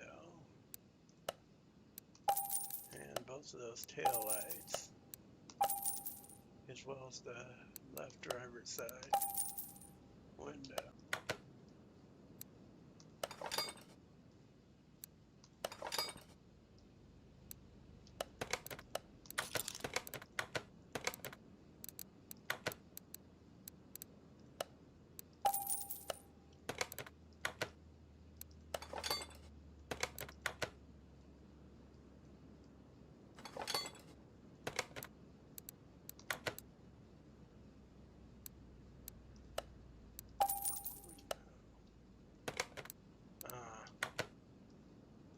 That's the rear window.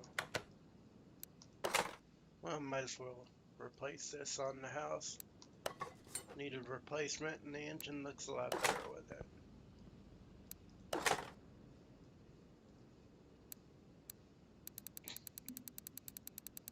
Probably get a bonus for it anyway. Not gonna cost anything extra.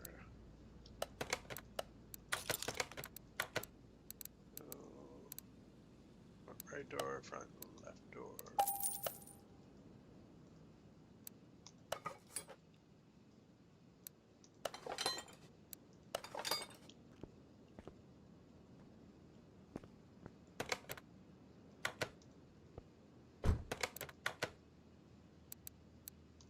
Surprised they didn't want us to repaint it.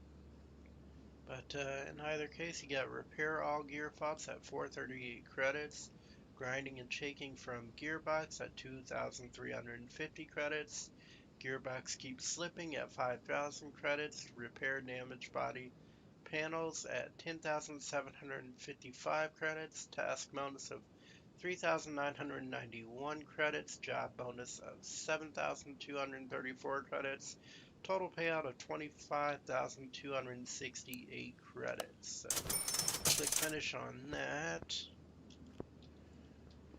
And let's see what else we can get here. Matter of fact, let's go outside and take a look. Those latch, we'll go ahead and bring that in. And what else do we have?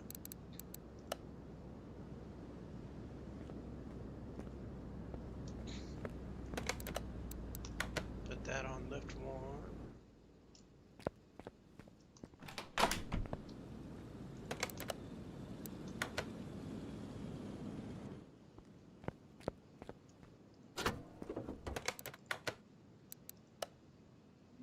So we got fixed suspension clunks and rattles, general running gear control and repair, and brake problems. Let's check the brake module and pump first. Those look good. And from the top, check on those clunks and rattles. We had a wheel bearing there that's going to need replaced.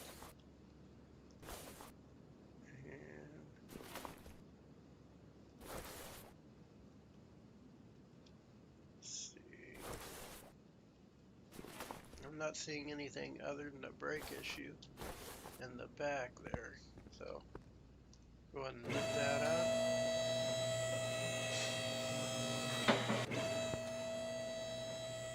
While we do that, let's see what's going on with this. Cannot start. The filters need to be replaced.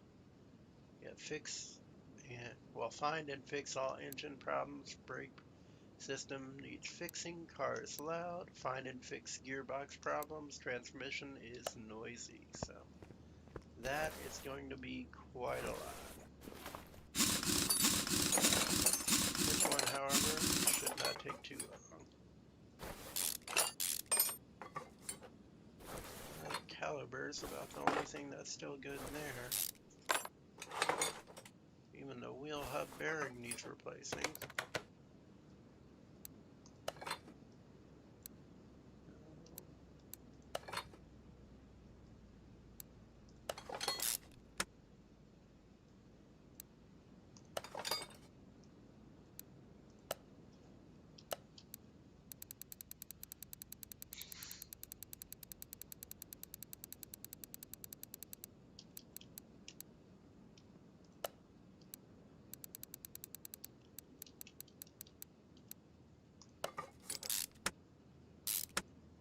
get that tire back on there. Move over here. Looks alright. Let's move over here. Alright, so I need to replace that brake disc.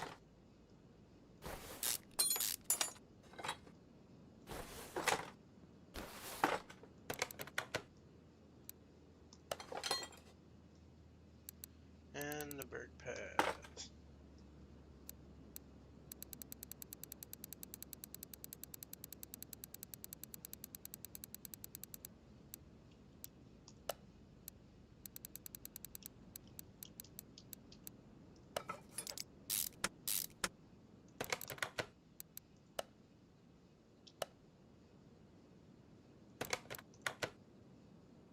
Yep, just there.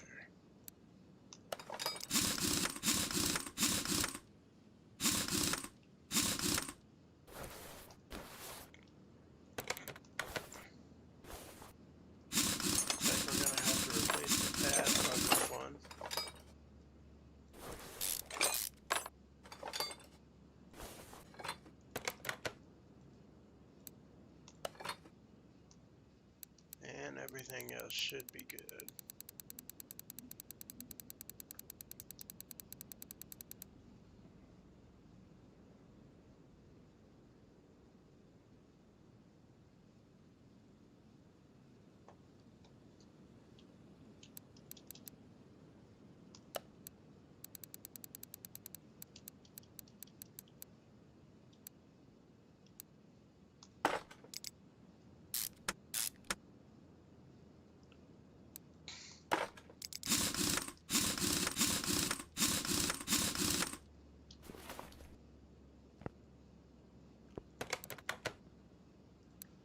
Alright, we got the brake issues resolved.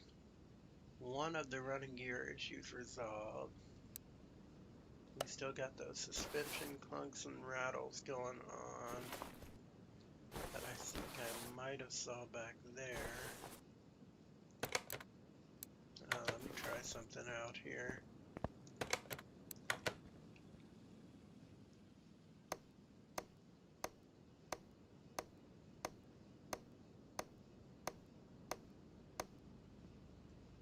That seems good.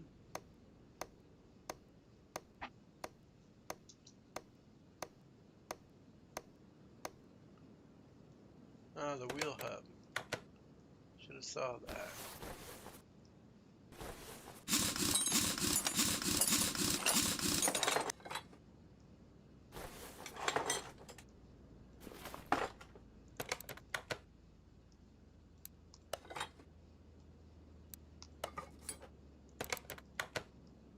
Not gonna replace it.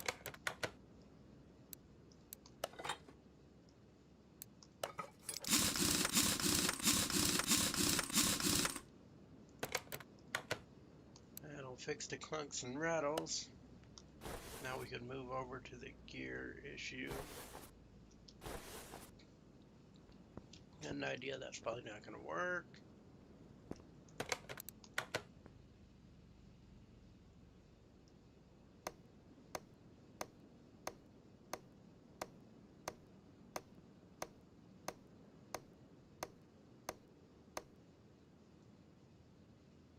Oh, can't find that there.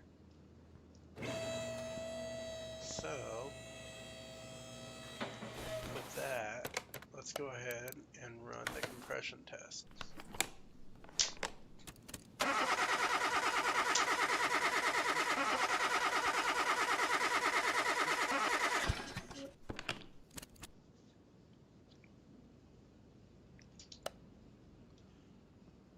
Well, I didn't come back with anything.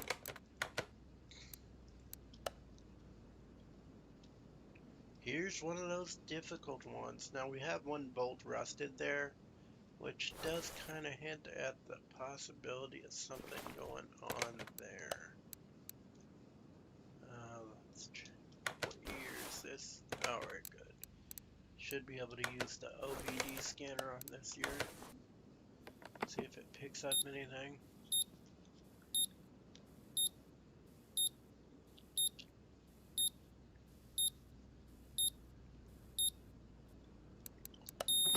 everything good there. No electric meter, probably not gonna pick up anything.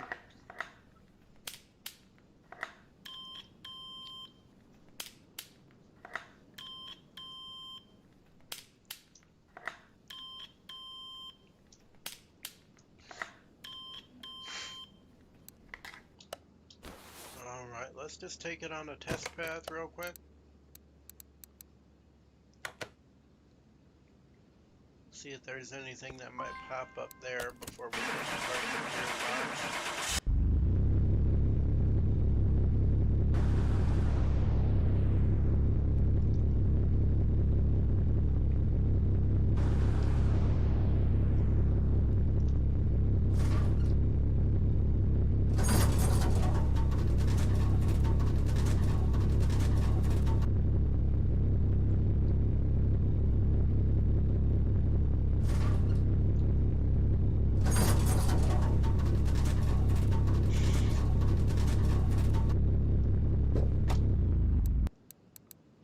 A small rubber bushing. Thank goodness we didn't take apart the gearbox, huh?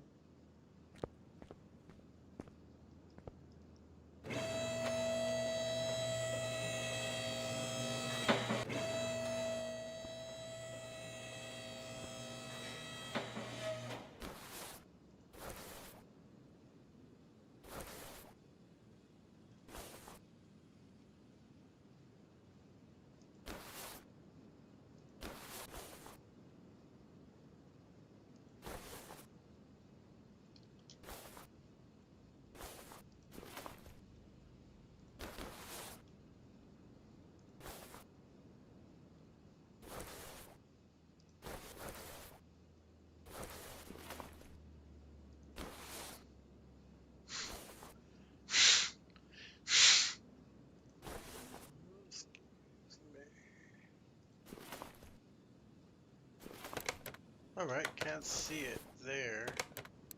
So let's just go in examine mode.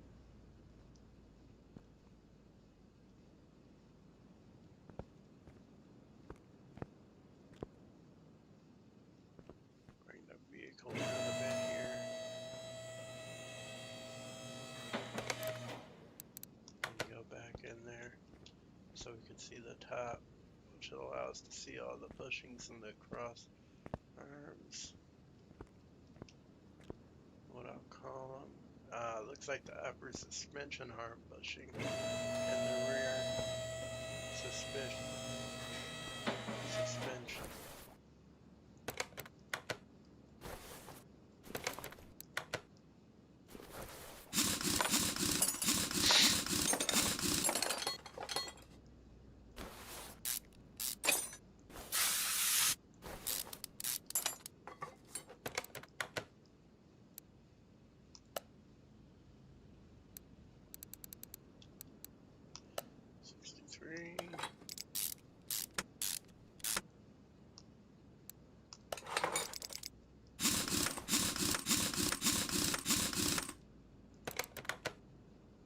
Alright, so we're going to fix suspension clunks and rattles at 12 credits, general running gear control and repair at 20 credits, brake problems at 250 credits, task bonus of 48 credits, job bonus of 76 credits, and a total payout of 406 credits. So we'll go ahead and click finish on that. Alright, now this one. Now this does have a lot of running gear issues. Is it starting? No, it's not starting, so let's get that problem resolved first. Okay, let's see about this battery. That 36 should be just enough, but since it's not really going to cost us anything, we'll put in a new one. And run that electric meter.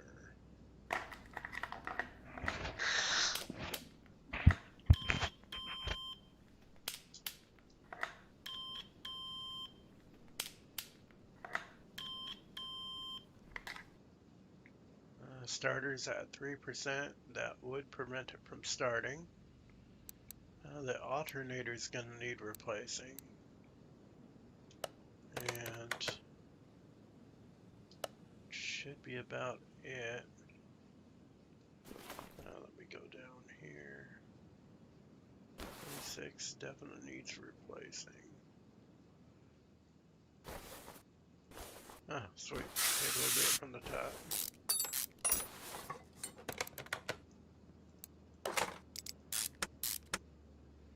That explains the battery being so low.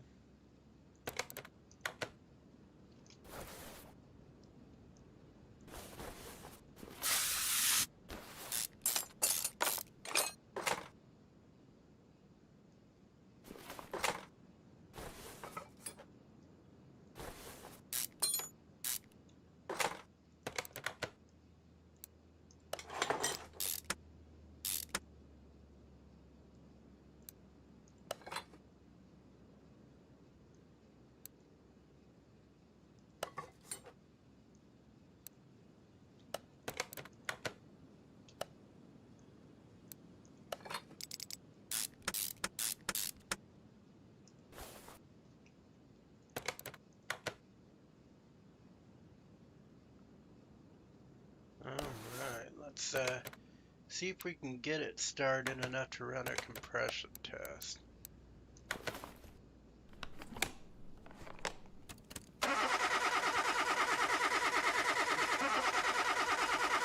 Crankshaft needs replacing. Piston ring. It's like another piston. Oof. That is rough.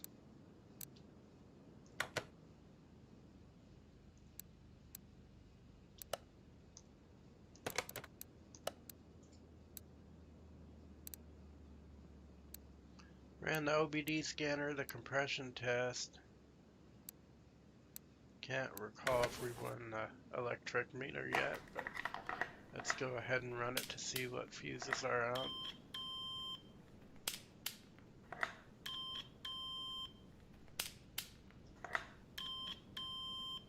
Nope, no fuses out. Well,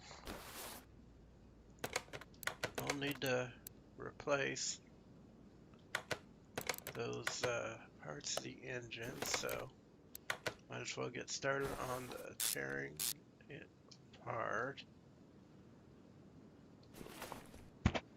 Kind of think if it would be easier if we just put it on the bay, but hell, why not? And I have to remove these manifolds first. This one's probably going to need replaced for sure.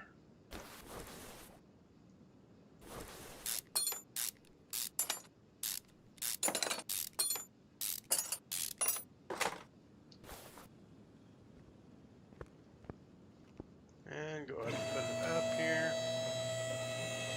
We'll go ahead and read the oil.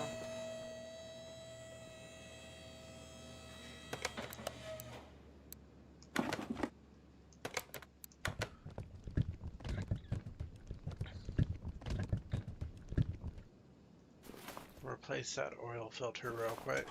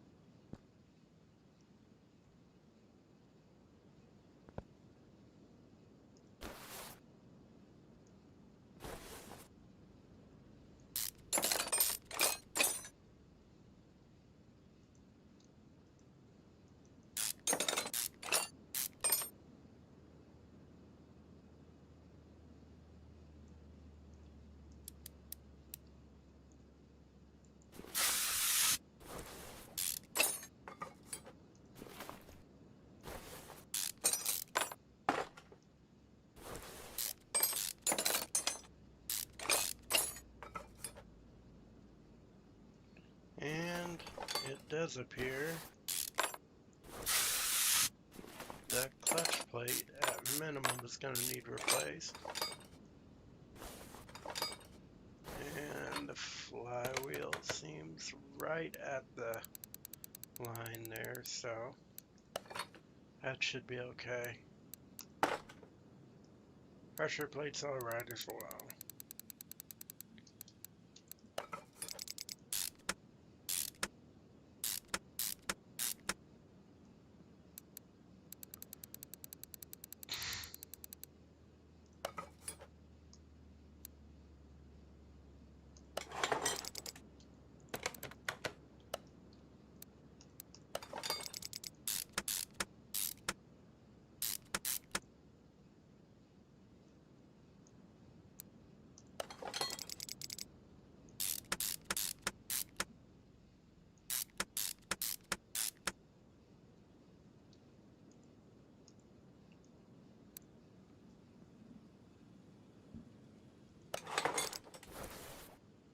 I don't know why I put that back on.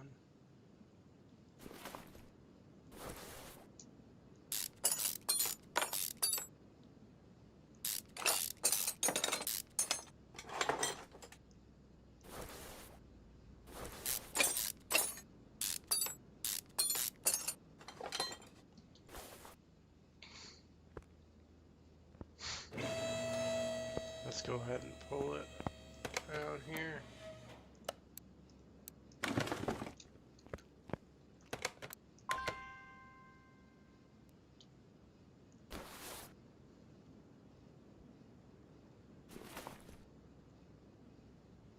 It wants us to remove the front exhaust for some reason before we're able to pull it, which seems redundant. Okay. I mean, it's not connected to the engine, but I guess in order to provide clearance, also remove those.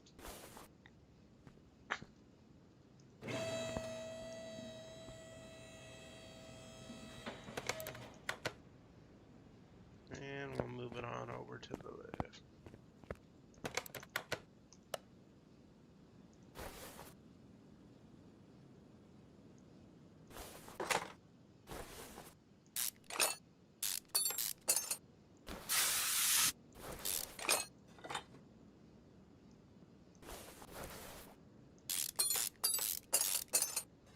Wanted to go ahead and get that repaired.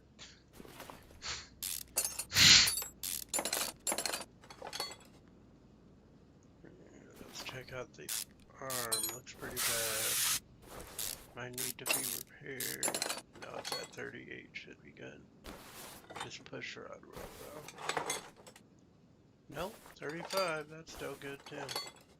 That one does. One push rod so far.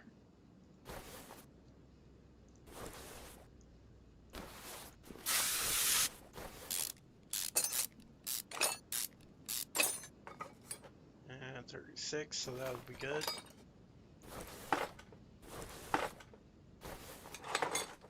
46, 53, 38, 39.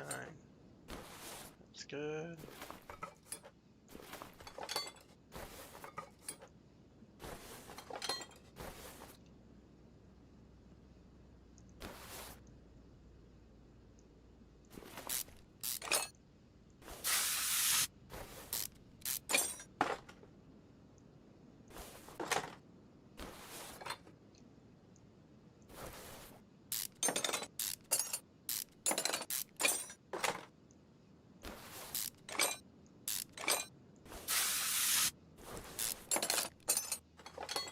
And the carburetor, one of them will need to be replaced. Turns out this is a V8 446 pack. Oh, I don't know how I didn't even pick up on that.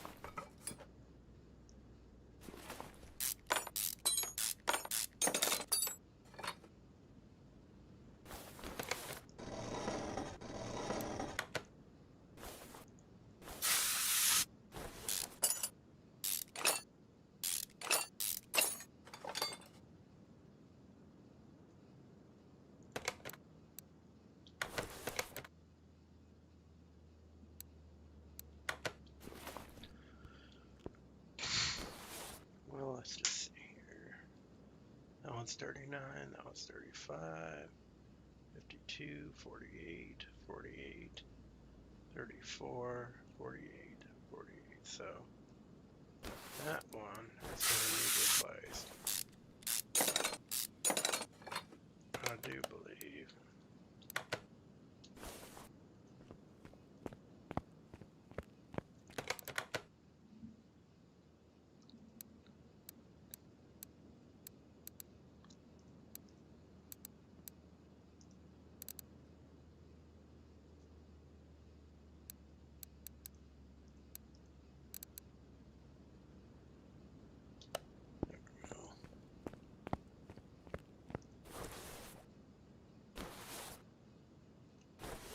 I do believe we found a bug.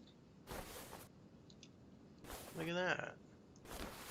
When the engine is not within the vehicle, it doesn't identify where the part is, even when highlighted. That seems like something that would never come up.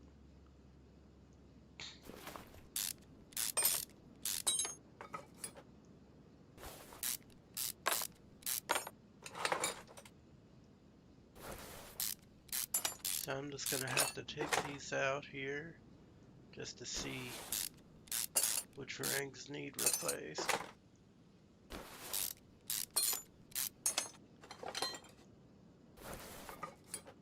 That's good. That needs replaced. That's good. That's good. That's good. That's not good, so that'll need replaced as well.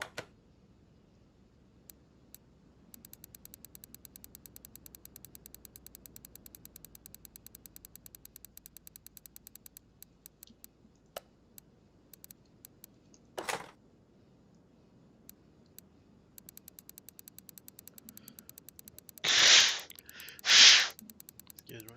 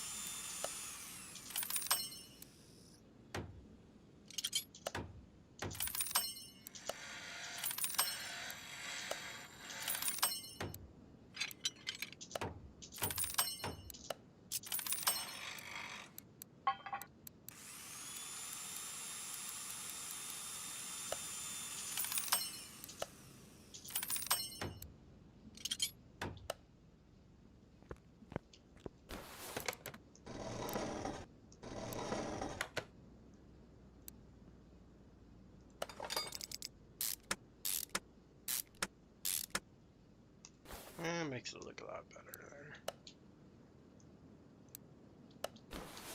Let's see about that fan.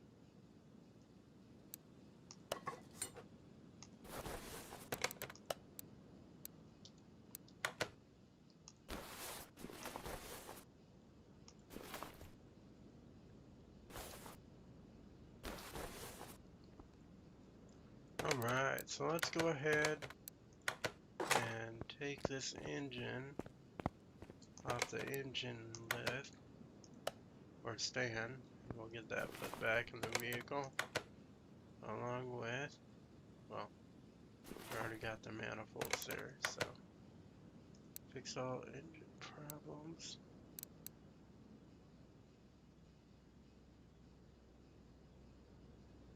Oh, that's a problem. This is mildly embarrassing. Oh.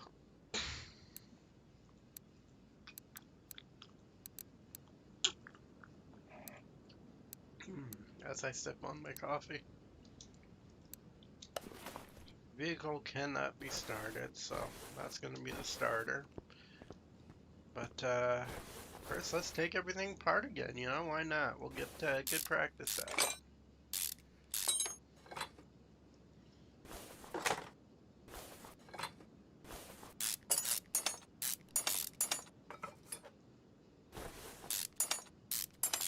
Did I mention that I only got like 6 hours of sleep with 4 of them being interrupted every hour last night?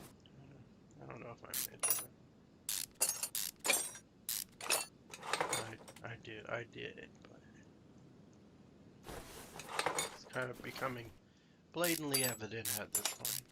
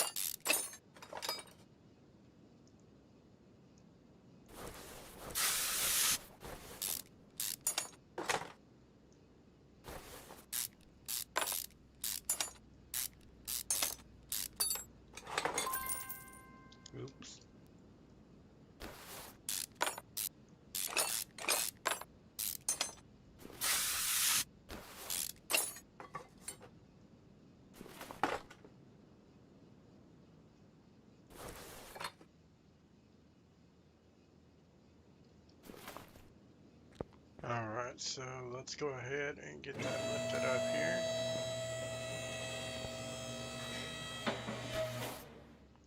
Take that crankshaft on out. And we'll put a new one in there. And get started on the pistons. Let's get these in first so we don't have to worry about them when we come back down here.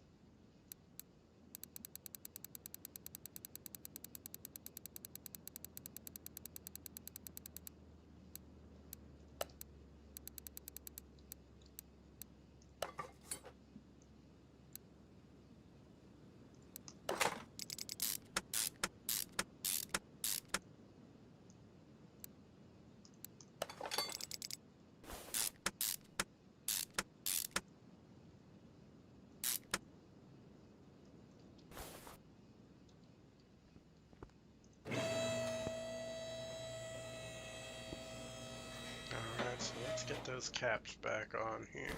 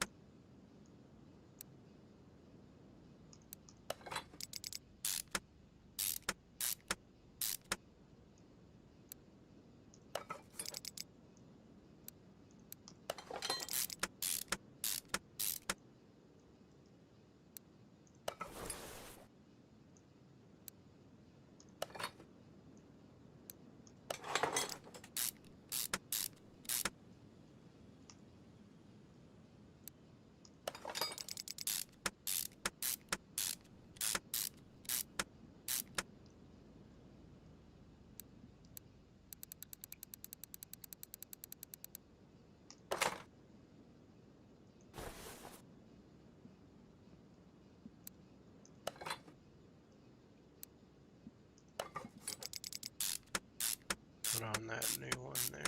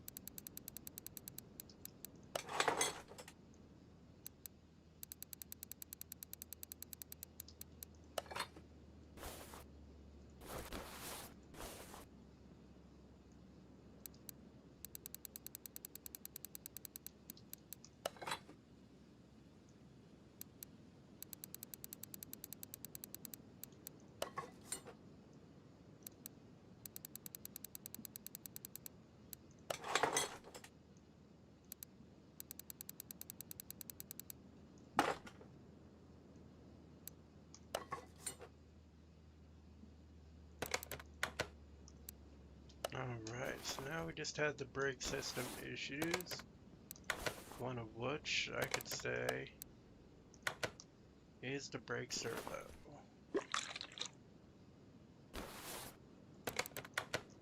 Oh, we can go ahead and remove that. No, that actually was 35, so guess we might as well fill that back up here.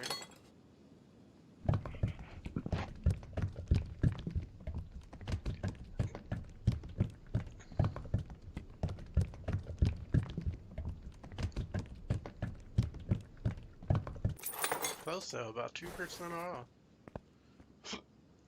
from being the issue.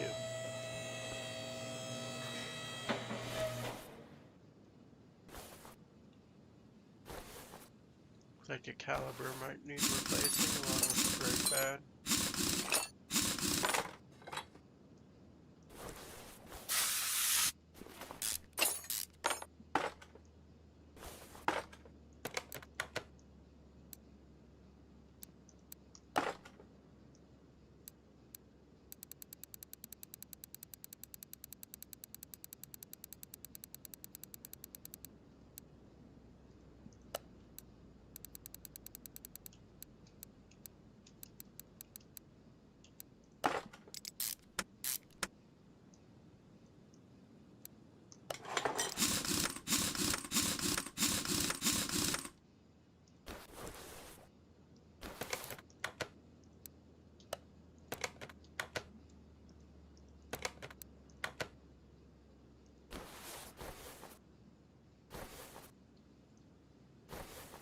Definitely the brake pad over here.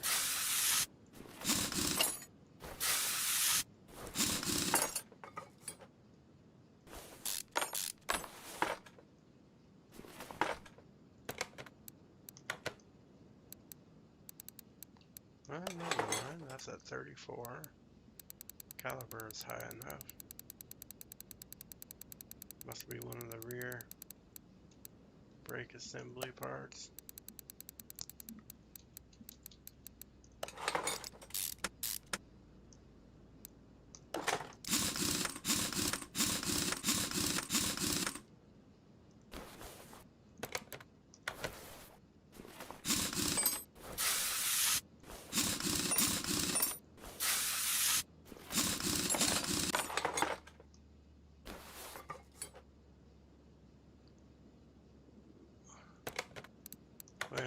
one seems all right.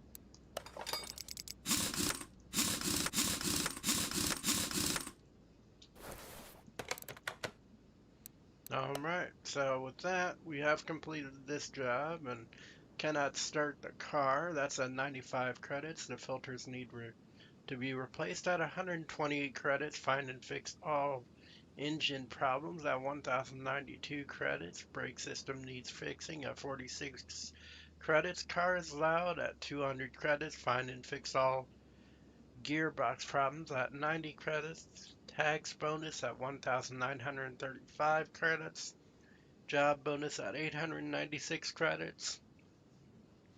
For a total payout of 4,572 credits. So with that, we'll go ahead and put in that said pump, as well as oil into the vehicle. I now recall what we have to do with the fan and all of that.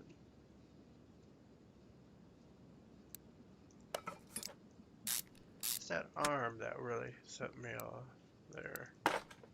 Otherwise, I would have saw it.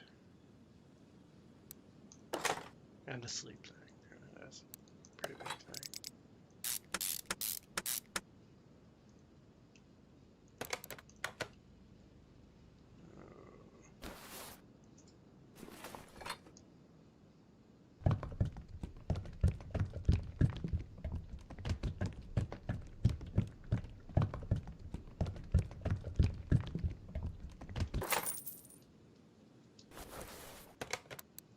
Alright, so let's try it now.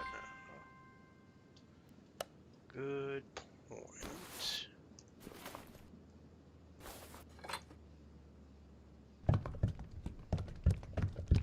Forgot about the water pump. Whenever you remove it, the coolant is drained one way or the other.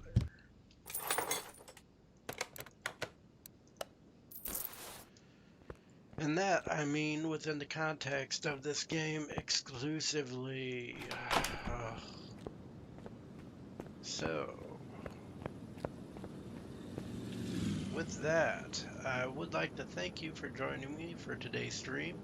You can join me again every Friday at 1 p.m. to 4 p.m. and on Twitch every Monday and Tuesday from 1 p.m. to 4 p.m. If you enjoyed watching this content, please feel free to like, and if you would like to see more of this content, please feel free to subscribe to be updated on all new videos released from my channel. And as always, thanks for watching and have a great rest of your day.